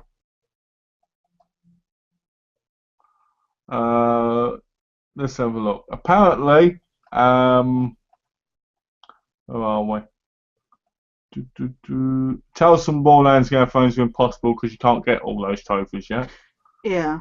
Well, 10,000 out of 49,000 did Spec Ops. Oh look, I have 46% of Dead Island trophies, which is quite impressive. I could. Considering. What's your percentage? Only 46%. So I know you've got more than me already, but I'm just saying I wasn't trying for trophies in that. So. Yeah. Mind you, apparently only 3,000 have got it out of like 76,000. So. Well, my percentage at the minute is 35. Yeah. The problem is a lot of the trophies they come naturally because none of them are really. Can't pat your back, so here's a smiley. Well done. Thank you, Donna. You know, I could play Battlefield if I wanted to, but I just can't be bothered because of the online thing. Yeah. I'd have to play it every day for like a month to even get half the points. Yeah, that's the. It's funny because where is it? There's one here, which is like 800. That's it. The order 809 difficulty points because most people have done it like straight away. Let's have a look. Spider-Man Extreme. Here you go. 202 people have 100%ed Sniper Elite 3. Only 202 out of 11,973. Really? We're two of those people. Yeah. 200 people other than us. That's crazy, isn't it? Out of how many? Out of 11,000. But get this. Middle Earth Shadow of Mordor. Only 190 people out of 40,803 people of 100%. Really? It makes me. Did you get it? No, it makes me want to buy the game again and just do the rest. You traded it in, didn't you? Because it's simple. What is it? What trophies did you not get on it? All the DLCs. Ah, right. I'm gonna buy it again and just do it because for the sake of it. Why not? What? Like you got Unity? Yeah, really. Unity. Oh. My God, you love that game so much, and you've got Dead Kings, didn't you? Tell Donna how much you love Dead Kings. Oh no, you haven't played it. Let me tell you this. I put it in. Tash, your voice is coming out robotic and cutting in and out. It might be on mine though. It's not on mine. Oh, I'm sorry. I'm not. Maybe I am just a robot. Maybe the internet is stopping hiding my. Maybe you're the next Terminator in the next movie. I am RoboCop. What was I saying? Apparently Unity is very hard. Apparently only 2,865 out of 35,896 have completed it. So, yay to us that have got the plat on that one. Let me tell you something. I put it in, right, and I was like, oh, I'm really looking forward to playing this game again. I'm going to plat it, get rid of the crappy chests and everything, you know, the usual. And then it struck me. As soon as I tried to do the last mission again, it bloody glitched on me and I can't attack anyone. No! Yeah, my first time doing it since I got the game. Yeah. And it glitched on me. Our Last Avengers here said, hello, how are we? So I was like, F off, you know what I mean? I was so angry. Yeah. I got. So hello, Last Avenger. Hello, John Avenger. Everybody is John in the chat. Just let's face it. Yeah, Donna's John. Donna John. Yeah, Donna John. Yeah. Jimmy John James. Yeah. John. Cash John. John Cash. Yeah. Oh yeah. Was that good? Ooh, cake. Oh yeah, because you got your 48 48. cans or whatever. My first of many cans to drink. You're going to be high on sugar, though. Actually, I won't because it's caffeine diet caffeine-free Coke. Okay. If I have the sugar one, Yeah. to be fair, if I have the sugar one, I'll go mental. Really, yeah. I jump on walls, jump on bloody tables, start screaming, ripping my clothes off. I start shouting, I need a woman, and all this stuff. I'm not a big fan of Coke. I prefer Pepsi, if I'm honest. I never used to think that there was a difference between the two, but apparently there is. I was buying Subway pizza in America years ago, Yeah. and I had this big argument on the phone. I said, can I have a Coke? Pepsi. I went, they're the same thing. He went, no, they're not. I went, they are. He went, They no, are, they're not. yeah. Well, the woman got her pizza, and the next day she was really, really ill. Yeah. And she blamed me because she said they must have put mop water in it or something because she kept having an argument with them for 20 minutes on the phone about Pepsi. And I was like, it's an important discussion. It is yeah. I was like, Well, Pepsi. changed to understand the importance of the Yeah. similarities between Coke and Pepsi. Is there a game you guys regret not playing on a system and now you either can't find it and don't have the time for it? I still say easily Silent Hill Shattered Memories because that's one I missed out on, and as I said last week, I'm now struggling to get hold of on the PS2. I didn't buy it at the time because I couldn't afford to buy it on the release, and it so quickly disappeared. I'm really gutted I missed out on that. That's a more recent one that I've missed out on. One I missed out on was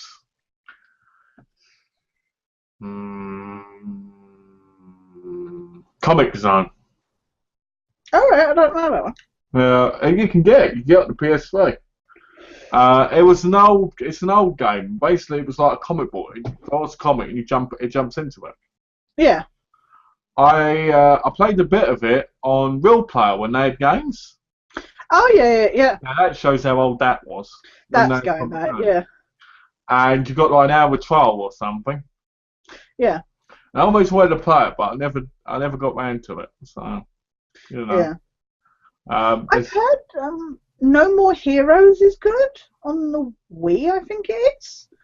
And I haven't bought it, but I've heard it's good, so I keep meaning to pick it up, but I just don't have the time for it. That is one of those ones I just don't have the time for.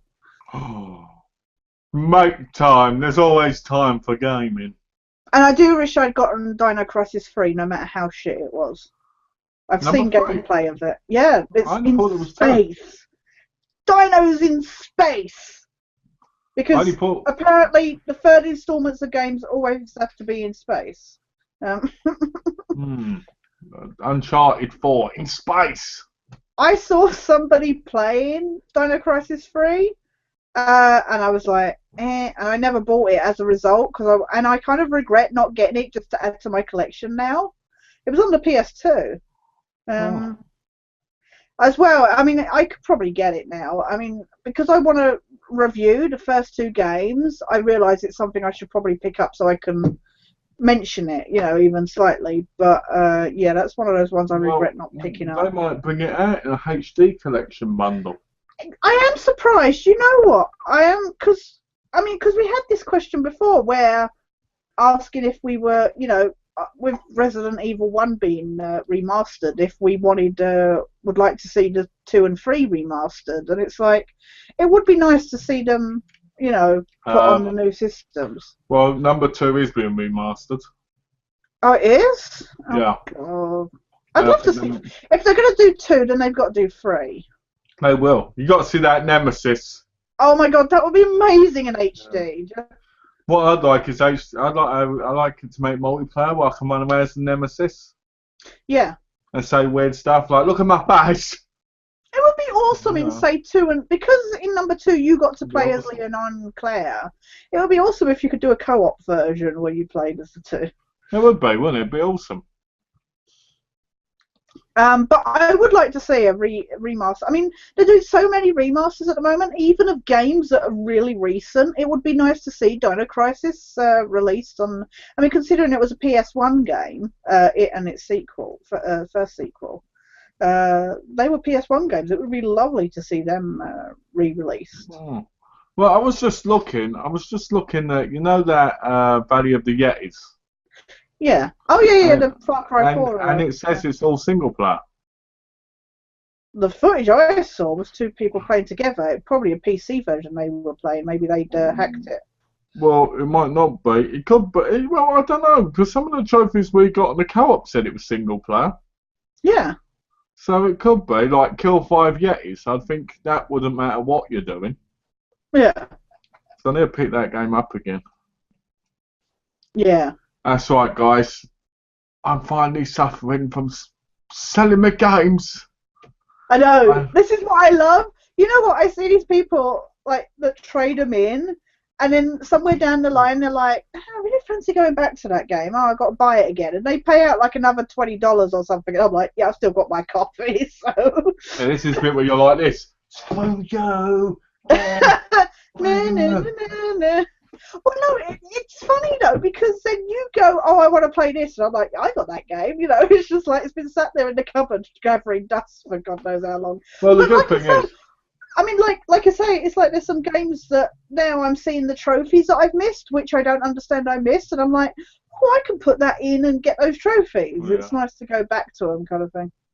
Well, Tasha's a bad example of me. She pushes me to get more trophies. She's made me game for hours a day now. What is it? 10, 11 hours, just all night. I tell you, I love it. I say to Donald all the time, I like it because it's a proper gaming session. Yeah. Oh, it does take you back. It takes me back as well to like being younger and sitting in my room all night playing games. It's just like. I'm going to have to go now. It's Malcolm and Tash. Have a good night. Enjoy the rest of your chat. Okay. See ya. Night. Get to bed. Watch this back so you can see our X-Files talk. There you go. Good idea. Watch your bag and you'll see it.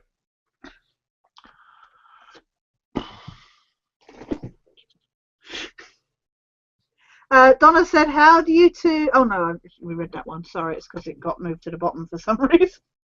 Well, I have to be honest, when it comes to games, I remember sitting in my room gaming as a kid. And I remember playing with my dad, and we'd play a wrestling game together. And if I ever hit him in the game, he'd go mental and throw the controller on the floor and go, I'm not playing with you anymore. Oh, really? Yeah, he'd go absolutely mental, right?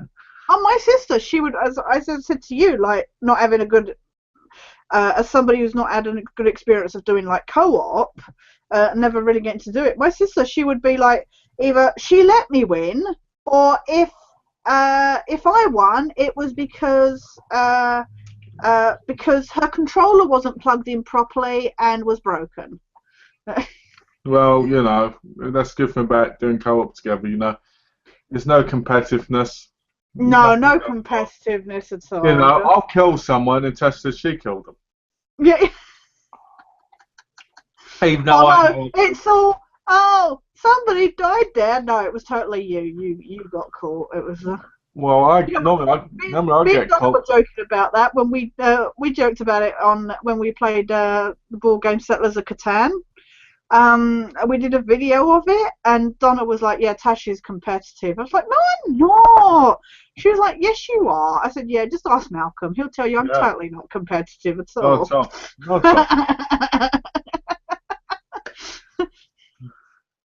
Not to the point where you're like this. Yeah. But your dad didn't like you winning, I take it. No. Well, we used to play together as a team, so yeah. He used to get angry with me if I hit him by accident. He'd be like, I'm not playing with you anymore. Fuck you. I'd be like, as a kid, I was like this. It's weird though for me to remember because I'd be up all night and all day playing, and now I'm just like, I'm lucky if I can last our 10-hour session. It's like, well, it's something. San Andreas. Yeah. I remember when I got that, I played it 1.5 days straight. Really? Yeah. Yeah, I didn't stop. My nan went, "Are you in bed yet?" Mm-hmm. I used to have to put, because my nan used to have a go at me about being up late, I used to have to put a towel at the bottom of my door so she couldn't see the light. Yeah, I had that as well. My parents, they'd come up and go, "We see you still on. We can see the light under the door." And I'd be like, So if I heard them coming up the stairs, I'd like turn the TV off so it was off. Well, I used to put earphones in Yeah. the TV because I used to play with people in America late. Oh, really? Yeah. And the funny point was, the more tired I am of game, the more I can play better. Yeah, that's what I tend to find. Yeah. Yeah, it's really weird. The more tired I am, the better I play. Yeah.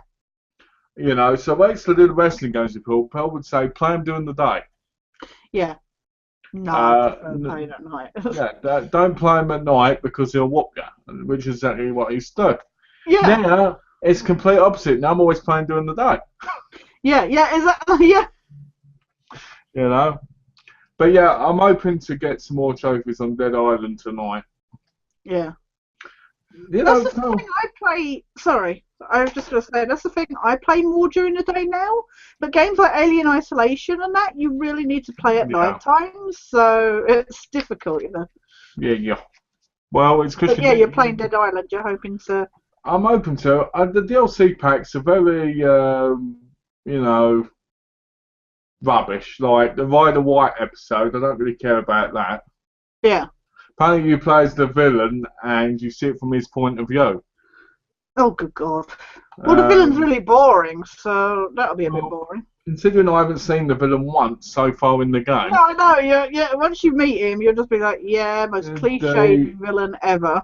The Ripper weapon blueprint, I don't care about that. Yeah. Well, I care about. You're sympathetic for the baddie, but really you don't. It's just like. Donna watched me play the final boss battle, and she was like, "Oh, is that it?" Well, somebody on the review said that one of the things I didn't know about again was that when you die, you just go back there and they've still got the health you killed from them. Yeah. So you don't. So it's not even challenging. I don't remember that. I just remember there was a lot of guys coming out at me and killing me and stuff, and there was a lot of the boss himself is really not that hard to beat, but it's all the gets that come out to kind of take it down. One of the trophies on the arena one is surviving 30 rounds. Right. Yeah. Now on my own, I lasted to 23, which was quite impressive, considering I had like 60 pill running at me and stuff. Oh, blimey, yeah. And you get those things that look really overweight and really, I don't know what they're called, but they remind me of a character. Yeah. Who is it? They remind me of that character. You know in The Hills of Eyes, the remake, with that one that's in the chair with his head up. Oh, yeah. It reminds me of that. Yeah. But they're all easy to get, except for the co-op part. Yeah. Because I looked to see if there was any co-op pill on the arena, and there's no one. No. So I hate that stuff.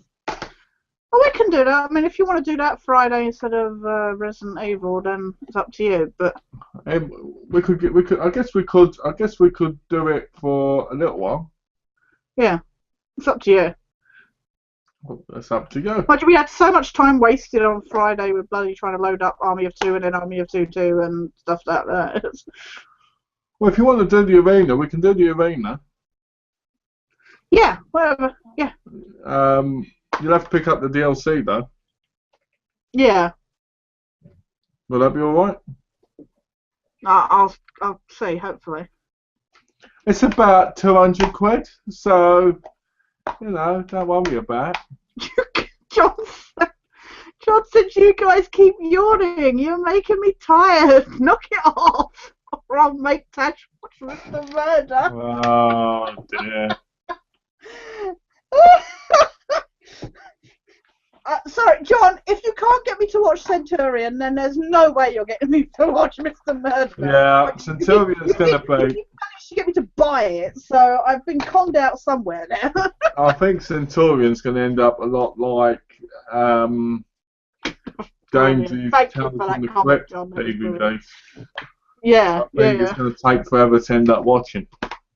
No, I intend on it being my first movie a night review back. So yeah, the DLC's I think it's like $7.99. Okay, I'll have a look. But is that the only co-op then? There's no co-op for the main game? Yeah, there's co-op in the main game as well. Oh, right. Yeah, sorry, because you were saying about certain co-op trophies that you've only But used against other people. If we work on the arena, then we can work on the other ones. Right, okay. Because there'll be a point of it. Because I've got all the other ones, but I can help you with the other ones once. You get what I mean? Yeah. Because one of the things is do 25 quests online with the same person. Right, yeah. In their game. So really, you want to end up in someone else's early game where they're easier. Yeah. Let's do 5 with the same partners. Let's do 15 minutes with 10 different people. Yeah. Which is not easier than it sounds. Yeah. And then there's the originality one where you need all 4 playable characters in the same room to get a trophy. Yeah. And then there's do 5 with at least 3 players, I think. Yeah. They're easy trophies to get. It's just a matter of getting them at the right time. Because it took me 6 hours to find one with all the characters in except my one. Yeah. Last Avengers asked a question. Have you two played the Batman Arkham games? If so, which one is your favourite?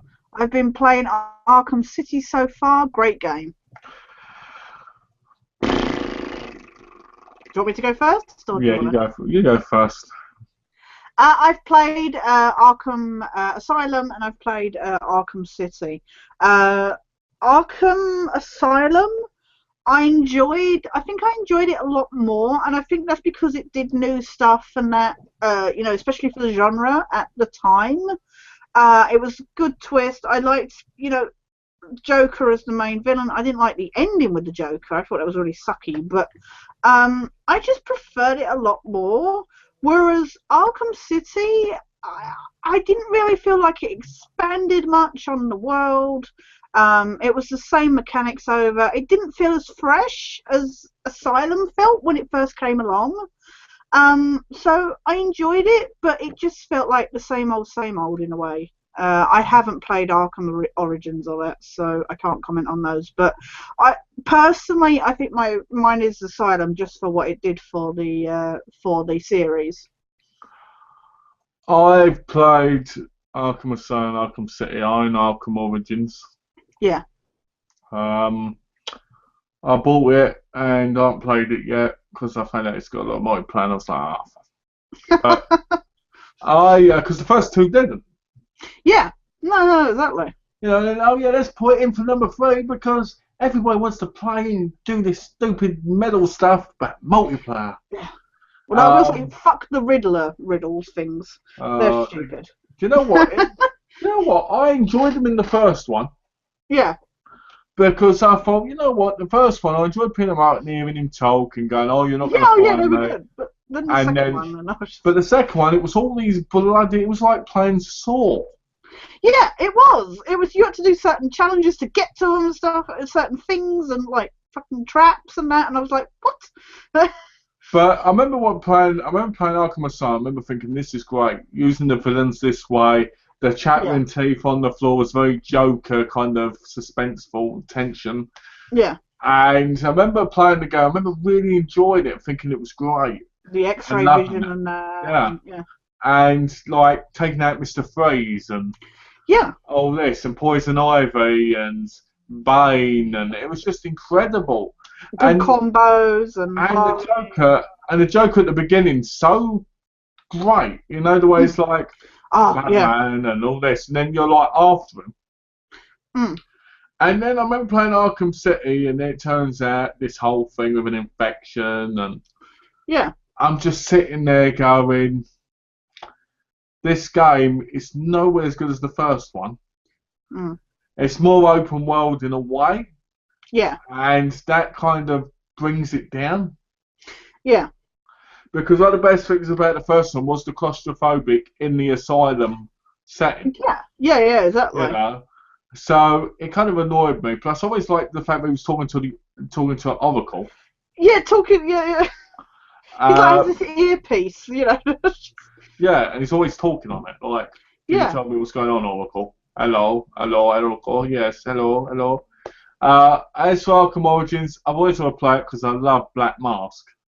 Right. Yeah. But I've not got a chance to play it yet, even though I own them. I only bought them. They only cost me like $12 for the free. Oh, really? That's not bad. Yeah. I bought them in a bundle because I bought them from the same guy I bought the Call of Duty Modern Warfare's off them for like $9 for the free. So, I don't know. Well, mine I managed to get relatively cheap for the two because Asylum I got, you know, like pre-owned, so it was quite cheap. I remember getting it. No, I got it free technically. A friend was getting rid of his PS3 games, and I was like, I'll take that off your hands, and I was going to give him some money, and then it just never happened, and he never bought it up again, so I never gave him the money. So technically I got that free. Or maybe I think I was going to give him a $5, and I can't remember if I did. And Arkham City was going on sale on Xbox Live, and I think I got it like 70% off. So I think I only paid like $3.99 for it. So nice. It wasn't bad. I wasn't complaining for even if I said I'd paid that $5 for Asylum, it was still only like £8-9 for the so you got some bargains then. Yeah. I would like to get City on the PlayStation, but because I didn't enjoy it as much, I'm not in any rush to get it, if you know what I mean. So yeah, I won't be. It's not like it's a game like Portal 2 I played on the PlayStation, and then I managed to get it cheap on Xbox Live, and it was nice to add to my gamer score on Xbox. So, and because it was a game I loved, I was happy to play it over again. Well, I think one of the things you've got to remember about the Batman games, sorry to cut in, is that it inspired the Spider-Man game to use the same mechanics. Yeah. You know? Well, obviously Assassin's Creed in a way, inspired it, but I felt, like I say, I loved the like you say, they used the mechanics a lot more fluidly than it had been used before, so that's why I loved Asylum, but that's why when it came to City, it just felt so samey. Because they did literally, they got essentially, they knew that it worked.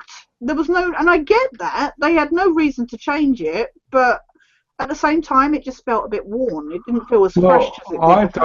One of the things I don't like is how they made the Joker the villain in all three games, the main villain. I didn't like that. Yeah, no. In my view, Black Mask should have been the main villain in the last one because he was another. The third one? Because I thought he died in like Arkham City or something from that stupid virus. It's in the third one, from what I saw on a review thing. Oh. So I wasn't very. I'm not.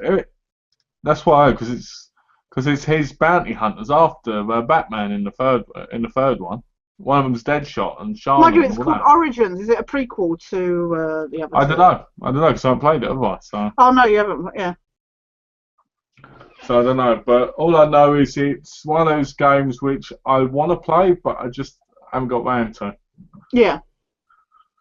And there's a certain amount of Batman games or Spider-Man games you can play before you go, yeah. Yeah. Because there's nothing new to it.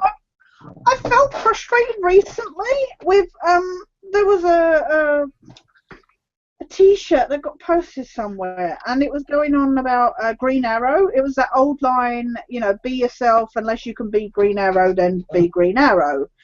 And everybody was commenting on it, going, Batman's better, blah, blah, blah, blah. Green Arrow's just Batman. Batman's better, this, that, and the other. And it was amazing, all the Batman fanboys that came out in absolute protest. And I was like, I don't, that blind, kind of nothing else can exist in the DC universe except for Batman. It was just I don't see how Green Arrow is Batman. No, I don't. They was like, oh, it's a piss poor version of Batman. It's a piss poor. If anything, Arrow technically is better because he has got all that protective stuff. Yeah. Also, he's a lot more like he has people with him. You know, he has Arsenal, he has Black Canary and that. You know. Batman has Robin and Batgirl. Well, yeah, but and Alfred, the most dangerous. It's interesting though because Gotham came after Arrow got popular, and Gotham feels like an Arrow rip-off in a way. You know, it's weird, but I don't understand how. This is the problem. This is why you get these people fighting over Superman and Batman. Because it's like I don't understand why there has to be this the king of DC has to be like Batman or Superman. There can be other characters. There are other characters. Well, I think Superman, as much as I like Superman, I find him to be quite boring. Yeah. I mean, I enjoyed Smallville, but what does he do for it other than get girls chasing after him, trying to make people feel better? It's like somebody should be a counsellor. Well, also he goes through so much teenage angst. It's just like, oh, for goodness sake, grow up already. Batman is like this really dark person. Yeah. He's really dark. He's got this really dark side because his parents being killed. And you know one of the reasons he goes after villains is because he doesn't want to become one. Yeah. Because he's constantly suffering because he's got that darkness inside, doesn't he? That darkness inside, yeah. That's why he chases them. That's why he doesn't kill some of them either. Yeah, but that's why I don't, and I know I talked about this before, this is why I don't like in Man of Steel that they tried to essentially make Superman like Batman. It's like, no, they're two different people. It's like... So someone got some questions. Oh. I know Tash loves X-Files. What's her favourite episode? And what's Malcolm's favourite show and his favourite episode of that? Ooh. There you go. You can go first. Wow, multiple posts, Donna. Oh dear. Copy. No, I'm joking. Technical problem. You can go first. Favourite episode? Oh, that's a tough one. Oh my god. It's got to be something from season 6. I can't think of an episode outright that I would easily say without question. That's probably a lie, and I would go through the list and go, that one without question. But off the top of my head, I can't think of a standout episode above all others. It's probably something that I'll discover when I do my retrospectives. Yeah. But easily my favourite season is season 6. Do you think after you finish your retrospective, you'll do like a top 10?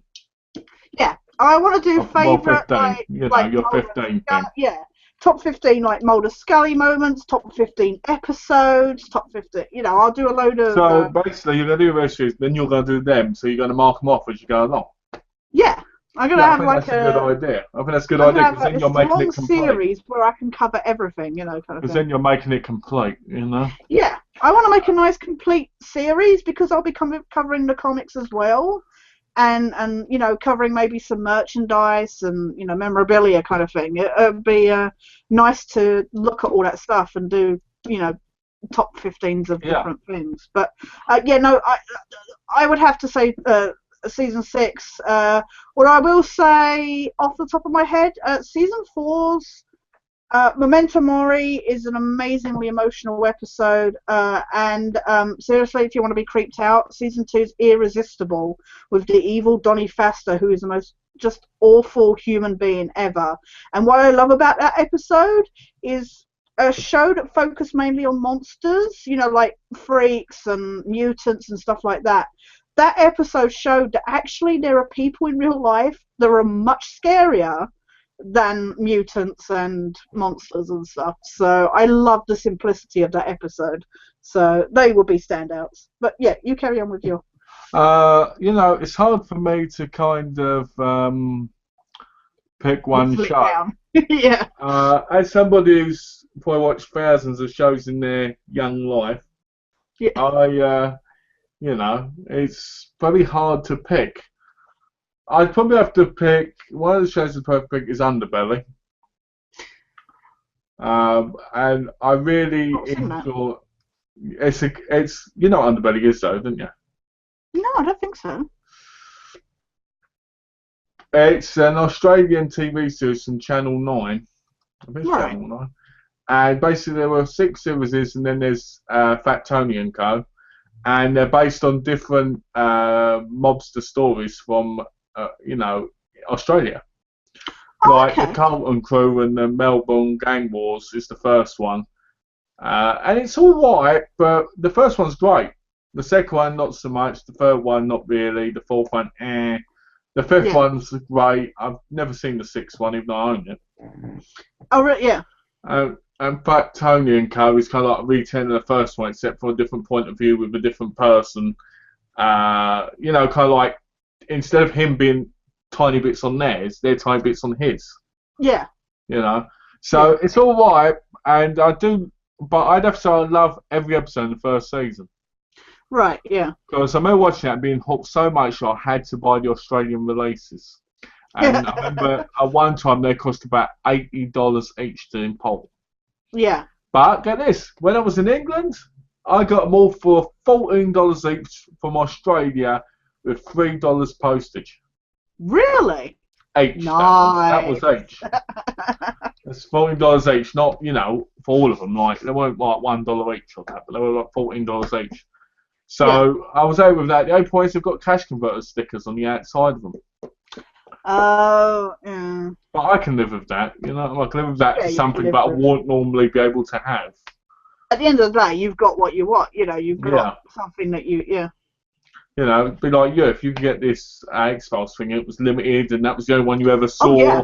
and it had that sticker on it, you'd still buy it because you'd be like, this was a fantastic price. Yeah. And as I said, I've done it with like Gene Pitney records and stuff like that. It's, yeah.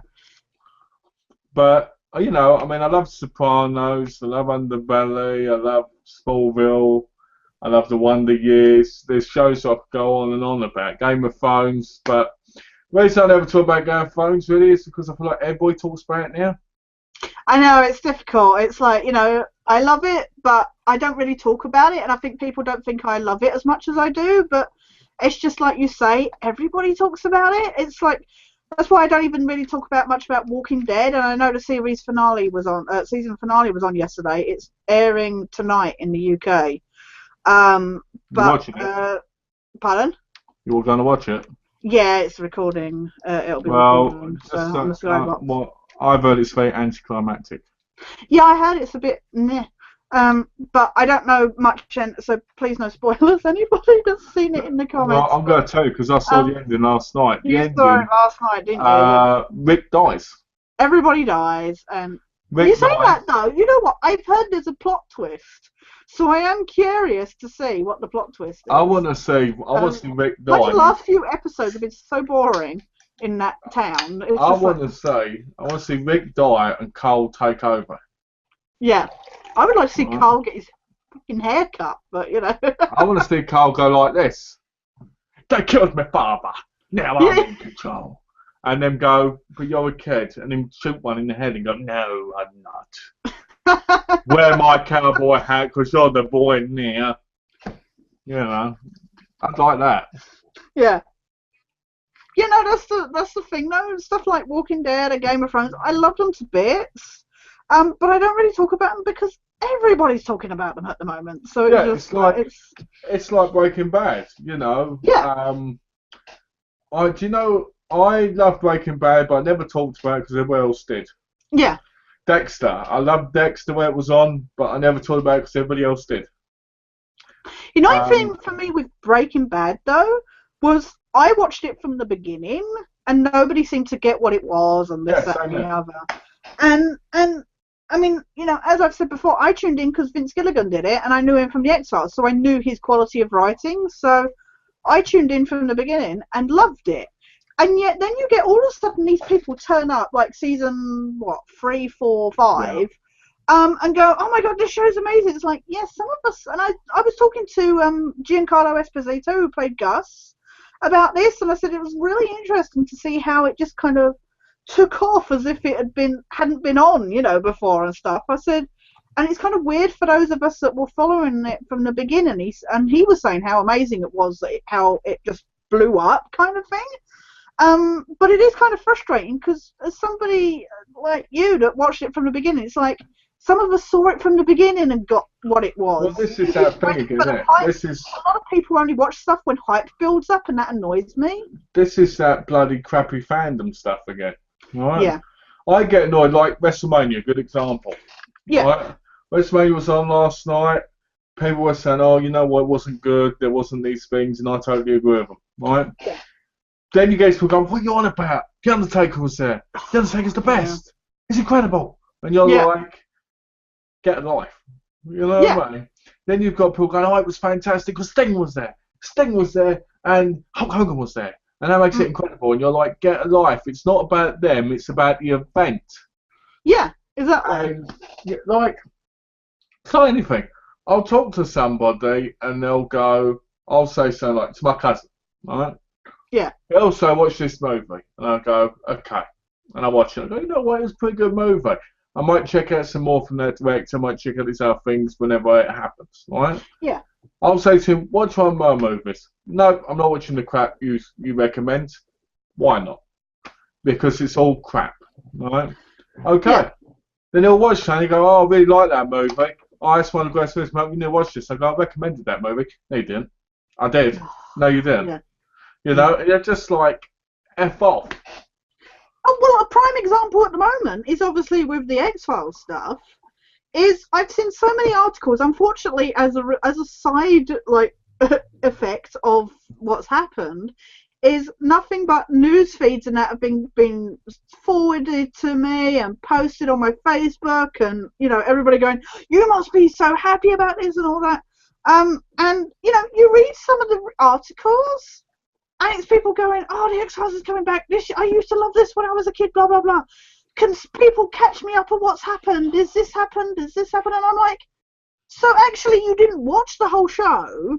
You watched, when it was popular in, the first 2-3 seasons. And then you stop watching. And you then make out, this is the most amazing thing ever. So basically you want your childhood recaptured. But you actually have no idea where things ended up. Well, and that's funny. As somebody who followed the show to then go, I'm sorry, there's been those of us that have stuck with it and then have to explain it to you. It's funny you say that because it's like the Samoa pill. They remade that, didn't they? They brought that back. Yeah. And it was a real stinker. Right? Yeah. And everybody was like, oh, I'm looking forward to it. I'm looking forward to it. And I was like, I'm not. And it was awful. You know? Then, well, the thing that irritates me is you'll be sitting there and you'll be like, oh, it's coming back. Oh, great, Yeah. And all these people want to make such a big deal about it. It's like when you get a new video game out. Oh, Max Payne 4's coming out. Oh, I'm really looking forward to it. Oh, I hope it's really good. Mate, I barely talk about it. I just sit looking at the pictures, reading things up about, and I'm like, it doesn't look like the time Max Payne I remember, right? Yeah. And then I'll be like, I'll do number 3. Yeah. Okay, I'll buy it on release date because I did like Max Payne too. But I'm not going to shout my brain off about, I can't wait to buy it. Because if I want it, I don't need to tell people I'm going to buy it because I'm going to buy it. You know what I mean? I'll show people once I've got it if it's important. Yeah, exactly. Like right now, if I'd bought, let's say I'd bought Borderlands Handsome Collection, and it was on my desk, I'd go, look, I got this because we're looking forward to it. I'm not going to go, oh, it's epic because it's 2 games in 1 box. I'm not going to do any of that, am I? No, exactly. And neither are you, No. Because we've got lives. I don't get the point of people that jump on the bandwagon, and this is what happened with Breaking Bad when it started to get popular. Everybody, and this is what's happening now with, say, Game of Thrones, where sometimes you wonder if it's because they are genuinely enjoying it or because they want to be part of the it crowd that's talking about it. It's because they want to fit in. Yeah, exactly. And this is a problem, as somebody who watched Breaking Bad, say, from the beginning when it wasn't popular and known, and then you see how people are talking about it later, and you're like, it's good that you're now into it, but don't make out like you're the number one, and that's the thing, with the X-Files that I'm finding. I mean, a lot of people don't even seem to remember that a second movie existed, and I'm just like, do you have even any idea what's going on in the universe? I do. I remember. Yeah, I unfortunately. remember in the second one, Billy Connolly plays a paedophile. Yeah, exactly. And that's what was the most interesting part about the whole And that film. was the most, yeah, exactly. And that's the only reason I remember it. I told you the Because, story, didn't I, about what I did in the yeah, cinema? yeah. Yeah. It's just like, ugh, you know, the whole bloody movie sucked. Yeah. And the first one, I remember because I had the box set of all of them. Yeah. You know, the The videos. seasons, yeah, because they came with the yeah. No, I had the videos. I had all Oh, the you had the videos. videos individual. Sorry, yeah. And then I bought the movie, and I looked to see where it went, and I put it in between, because at one point in the shop you could buy, I think, buy two, get one free in the seasons. All right, yeah. And I think they were like $6.99 or something, and I was like, screw it, I'll get them and I can watch them, you know. Yeah. So I remember getting it. I remember watching the movie thinking, wow, this movie makes me want to watch the series even more. Right? This is incredible. I'm loving this. Put it in. Season 7 out of the way. Got to season 8. And I was like, Yeah. Alright. And I never did watch series 8 and 9. No. If a Blu-ray set came out tomorrow, I would. Because I'm a lot different now. I follow a series even if the main people leave. Yeah. You know, back then I was very, I would say, young. So I wasn't as, you know. Yeah, I was the same. I mean, I still watched it, but I felt very, not regretful, but, you know, negative towards the people that, you know, resentful towards the people that had taken over. You know, it's like, how dare you be where my people were? Yeah, exactly. You know, and I found that to be its biggest downfall. Yeah. I'm looking forward to the series in a way, but it's probably one of those things that I won't watch until it comes out on Blu-ray or DVD. Yeah. Good point is, because this is happening, the set might come out on Blu-ray soon. Yeah, hopefully that'll push the. I mean, look, we're getting the Funkos in a couple of weeks. Ooh, yeah. Some more Funkos for your collection then. Yes. I should show you. Look, I have my Funkos up on the shelf finally because my shelf had to be sorted out. Donna very kindly sorted it out. But look, I have my Funkos now. Oh, sorry. Oh, hang on. Sorry. Because I'm trying to see the screen. I don't know if you can see them. I can't stretch the camera much further around. But Well, it was quite nice that way, actually. yeah. It's not the best, but you know, it's just a nice way to display them and like have them piled up so they take up less room, kind of thing. Yeah, it looks pretty good. I do like how that Deadpool looks out of place. I know, because he's a bobblehead as well. His head. The problem is like that Deadpool looks seriously ill. It does, and he keeps toppling over. It just looks like a Funko Pop which was made wrong. It's just like so yeah. Yeah, it's pretty good. I like that. What are you gonna do when you get the others? You've not got any room. I've got some room up on the shelf. I'll probably put them under my Exiles signed posters. Oh, okay. So that's that. Oh, nice. I'll probably put them there. So. Only one I don't have on it is David Duchovny and a couple of the Lone Gunmen. So, but I even got Gillian Anderson put "You Son of a Bitch" on it. So I was happy. Oh, nice. Well, you might do one day. Yes, we can wish. Have a great week, guys. Enjoy your gaming. Thanks, John. Thanks, John. Have a good week. I will try and get Centurion watched soon. She'll never watch it. I'll watch it before she does. It if I wasn't going to watch it. You did get a question from Last Avenger, by the way. Oh, what is it? Malcolm, what did I was completely agree with what you were saying though about like the way people, and hopefully the Blu-rays will come out on the as a push, but yeah, I just don't like the way people, like we were saying before with the fandoms and stuff. It's really annoying, and like you say, even about the WrestleMania, it's just stupid. Last Avenger said, Malcolm, what did you think of what did you think of Tripla's Terminator themed Oh, entrance at WrestleMania. yeah, it was. I thought it was daft. What will they do next? You know what? One thing about WrestleMania is they do go on kind of themed entrances. Yeah. I remember when John Cena was in his car and he crashed through the screen. I remember when John Cena was in the car when CM Punk was on the side at the time because he wasn't even in it then. He was wrestling, but he was on the talent thing, getting to that point where they were going to put him on the screen. Yeah. Because they've changed style from like independent to more mainstream.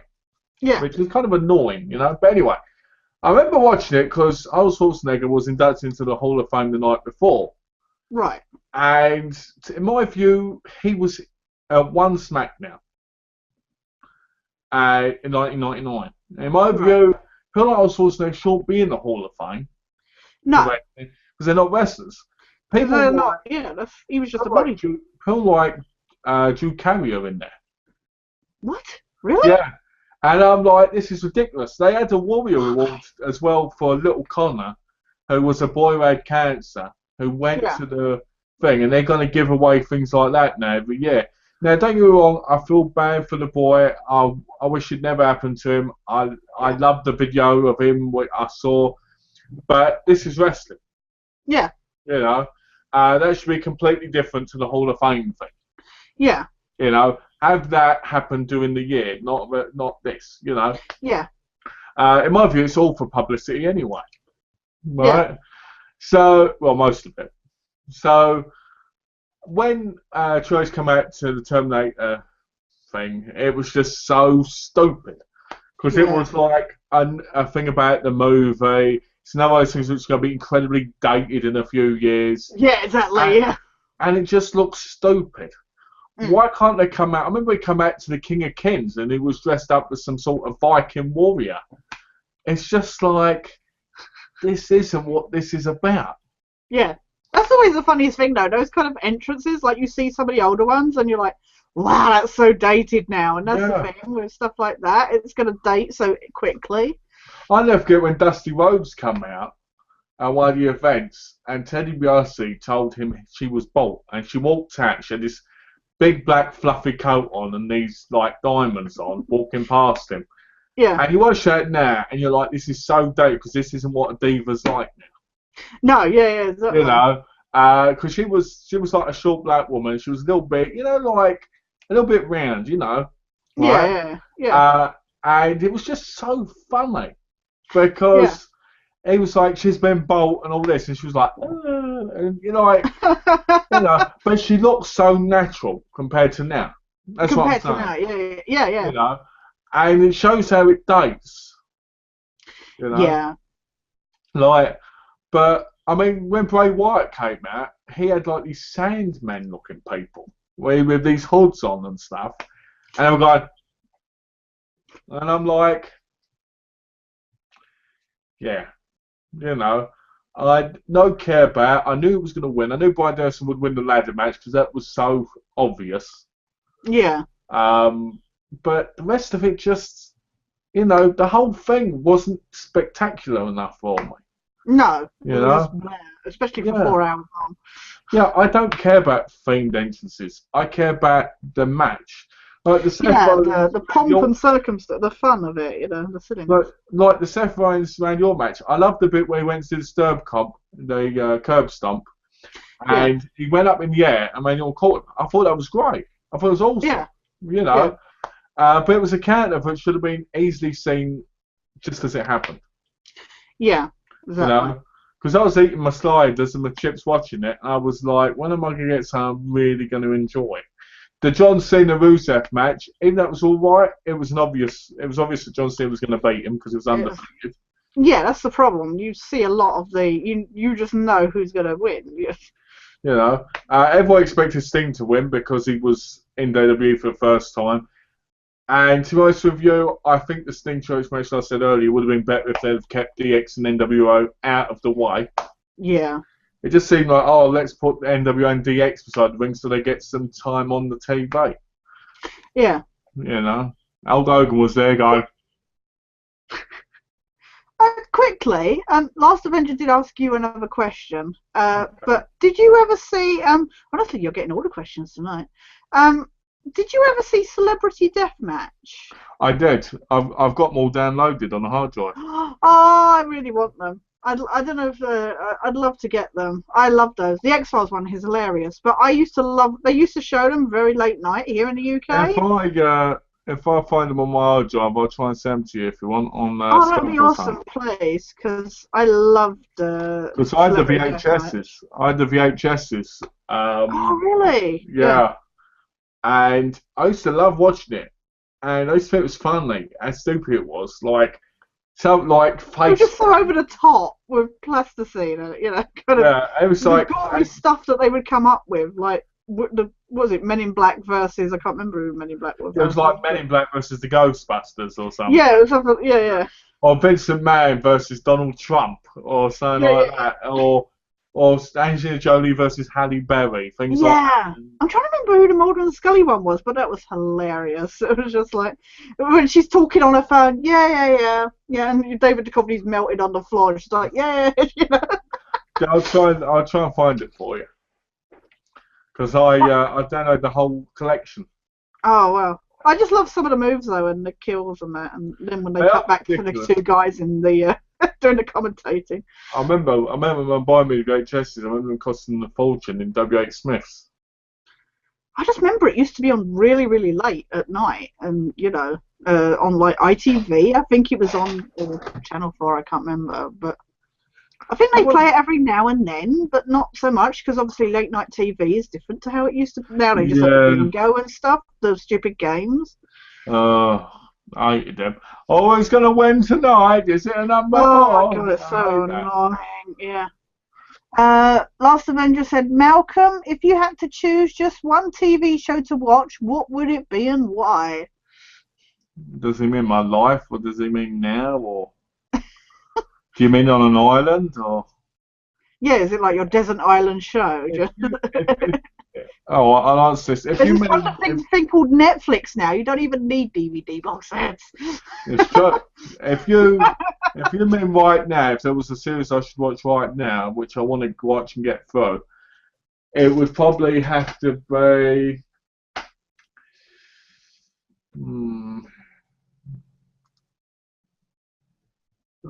You know what? Supernatural. I've got every series of that out. I should start watching Might as well it. just watch it. Yeah.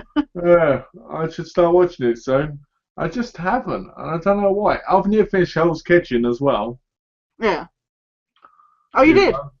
Yeah, I've no idea why I bought football. Did you pick up the game in the end or not? What game? The Hell's Kitchen game. Oh no, I haven't picked it up yet. No. I probably will. Well, I think it was probably on a console you didn't have. I can't remember. Was it 360? Yeah, it was. But somebody said it was on the PC as well, I think. Yeah. Oh, yeah. I think somebody did, yeah. Well, I near finished Hell's Kitchen because I'm on season 3. Right. And I need to start watching Supernatural so I can just kind of get through them. Yeah. I need to watch the Boardwalk Empires. I've got every series I've got. I need to watch, but I haven't watched. Yeah. You know?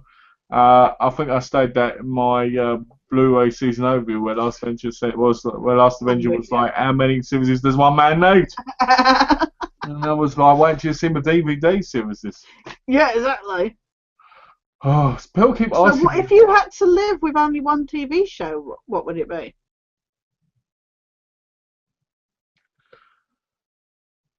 If you had to get rid of all your box sets, say like if you were moving or something, and you could only take one show.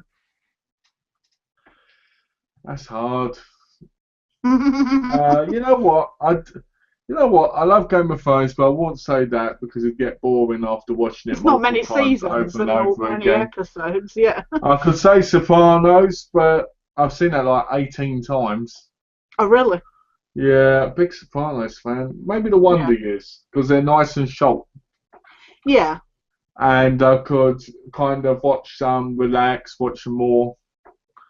You know, I've never seen all of the Wonder Years. I've only ever seen series 1 and 2. I'm waiting for 3 to come out. Yeah. Yeah, Did you ever see uh, Golden Years, the Stephen King miniseries about the guy that aged backwards? No, I've never heard of it. Oh, have you not? Oh, it was good. It's very cheesy in a kind of early 90s way. It's a bit Twin Peaksy. Golden Years, did you say? Yeah. Oh, It had the David Bowie song as the theme song. oh, then it is cheesy. Yeah, exactly. It was a Stephen King, even based on a story that he did. I can't remember. I'm pretty sure I did read the story, but I can't remember. It was about this scientist, and he did this experiment, and it went kablooey, and he ended up aging backwards. As cheesy as like stories get. Well, I just found the DVD. The cover looks so basic. It looks more like a book than a cover. Oh, it's got 2 discs. Was it a miniseries then? Yeah, it was like a mini-series. Re-release, still not the uncut series. Oh. It's not uncut. That's annoying. Yeah. Well, I might check that out. I'll add it to my cart. It was cheesy. It was really cheesy, but saying about because I was going to ask earlier, you were saying about Underbelly, which I've never heard of. It's amazing because I think I've mentioned it before, and you said you hadn't even heard of it. The Almighty Johnsons is an Australian TV series. No, I've never heard of it. Is that the one? Is that the one where they're all like? They're imbued with the Norse gods like Odin and Loki and stuff. No. And they live in Australia, and it's really, really good. Donna suggested it to me. I remember it being advertised on Sci-Fi, and I was just like, that looks stupid. And Donna was like, no, you should check it out, and I checked it out, and it's funny. It's a comedy, so it's not slapstick comedy, but it's silliness. But it's one of those Australian shows. I think they're starting to show it in America, and I think people are starting to watch it. It's amazing. You can check it on Netflix. It's on Netflix. There's only 3 seasons. But it's one of those Australian, because I know a lot of people now are kind of starting to pick up like Wolf Creek, which I know is getting a cult following now and stuff, and it's amazing these Australian I watched Wolf Creek years ago, like 2007. Yeah. I saw it years ago, but I know a lot of people are starting to pick up on the Australian like stuff that they do, and it's nice that they're finally starting to get that recognition. But like I say, Underbelly, I'd never even heard of. The first Underbelly, they're all on DVD in England. Oh, really? Yeah, you might be able to catch some on Netflix. I will check. I just wanted to say before we end up, going in a few minutes because it's time. Yeah. I wanted to say this week, people, keep an eye out because I'll be reviewing both these movies. Yay! Which you got in the post. Yeah. And The Dangerous Mind seems really interesting. Don't listen to the voice. Listen to this. This sounds interesting, right? Sounds like a good title. Music makes the voices stop. That's what Jake Hoffman wants most to hide away in his apartment, mixing dubstep beats. Yeah. After Saints Row, no more dubstep. Yeah. As a soundtrack to the insanity of daily life.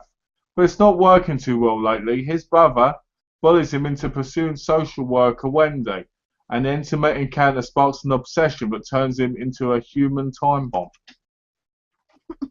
Does that not sound interesting or what? That sounds amazing. And then we've got a Thai action film. Oh yeah. So I'm going to do a review of both of these and show off the cases and stuff, It'd be good to see you do a review again, because you haven't done one for a while. Yeah, do you know what? I watched the movie since the last time I did a review. I've had the same thing. I caught the end of Aliens recently, and I watched like a majority of that because I said I recorded it, didn't I? Even though I had it on DVD. I think I only missed like the first half hour of that, if that. But that was the first movie I'd seen in since I'd done my last movie a night, because I just haven't been watching movies recently. Yeah, I haven't. I've been gaming. Yeah, exactly. I've been gaming and sleeping. I've been gaming, like I say, I've been trying to get some TV series in when I've had the top, but a lot of them are ending like this week, next week or something. So hopefully I'll be able to. Imagine that's when the next slots start, but hopefully I'll be able to. Yeah, Game of Thrones starts, doesn't it? Game of Thrones start like April 9. A couple of weeks, yeah. Oh, yeah. The Sand People. Badass. The season 5 trailer looks amazing. Did you ever read the books? No, I haven't read the books yet. I keep meaning to. Are you going to? I do want to, yeah. But they're saying that it's going to have to start deviating from the book soon because obviously he hasn't finished writing the books. So. But he said he told them what's going to happen. Yeah, he's told them what his plan is, but at the same time, it is going to start having to deviate, because he said as well that it's going to be interesting to see who dies because he doesn't. I read up, but there's supposed to be like 8 or 9 seasons. Yeah, I think they said they've got like enough material for like another 2-3 seasons, I think. Yeah. And then so about a movie. Oh, really? And I'm I can't imagine Game of Thrones as a movie, because... Why would you make the series have a movie ending like The Hobbit or something? It just doesn't make sense. Yeah, exactly. Just make it... Because when you think of like Game of Thrones as it is, each episode is like a mini-movie, but they're mini-movies that make up a whole movie, like each season kind of thing. So considering it takes, 10 episodes per season to make that movie up, I don't know how they expect like a 10-hour movie to be condensed down into 2 hours. Well, what's your view on the new Walking Dead series, Fear the Walking Dead? I've not heard of that. You haven't heard of it? No. You call yourself a fan. I heard they were doing a spin-off, but I didn't know it was actually happening. Yeah, it's coming out. There's a trailer for it right now. Oh, dear God. Fear of the Walking Dead, you say it's called? Yeah, that's what it's called, Fear the Walking Dead. Free or fear? Sorry, I'm not hearing. Fear. F-E-A-R. Sorry. Fear. No, I was just spelling it because I know how sometimes my accent can be a bit... Oh, on IMDb, I don't think.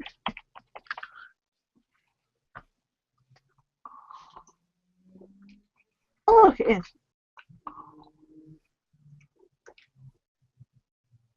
Okay. I will look at the trailer after the chat. Okay, then you'll have to let me know what you think of it.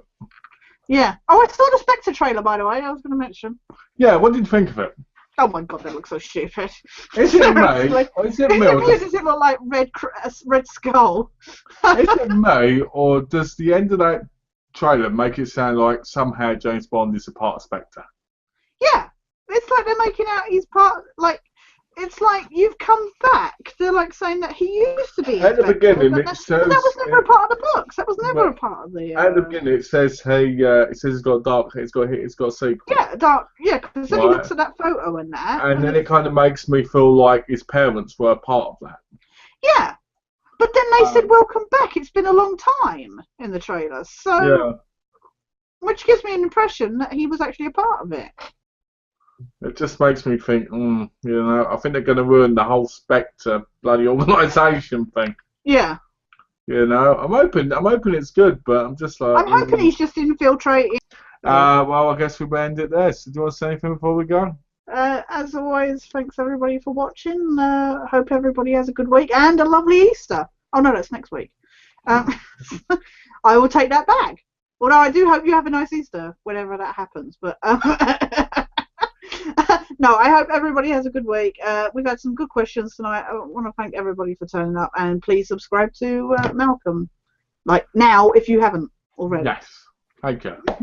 I'd like to thank everybody for being here and asking questions. I'd like to thank everybody for taking the time out of their day to spend time with us.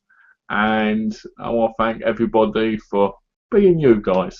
And thanks, Donna, for being there and being alright and everything, because I was a little bit worried, so I'm glad you're doing alright. And I want to thank Tash for being here, taking time out of her day and being my great co-host and partner in crime. Yeah. Now we're going to get the cops on our door. Yeah, exactly. So there you go. So if you haven't already, please subscribe to Tash. The link's down below. please do, because great stuff coming out, as you've heard. X-Files, pictures of me, you know, Malcolm Bestbits with Malcolm Malcolm Bestbits coming by. So as always, guys, thanks for watching. Take care and have a lovely day. Take care, everybody. Bye.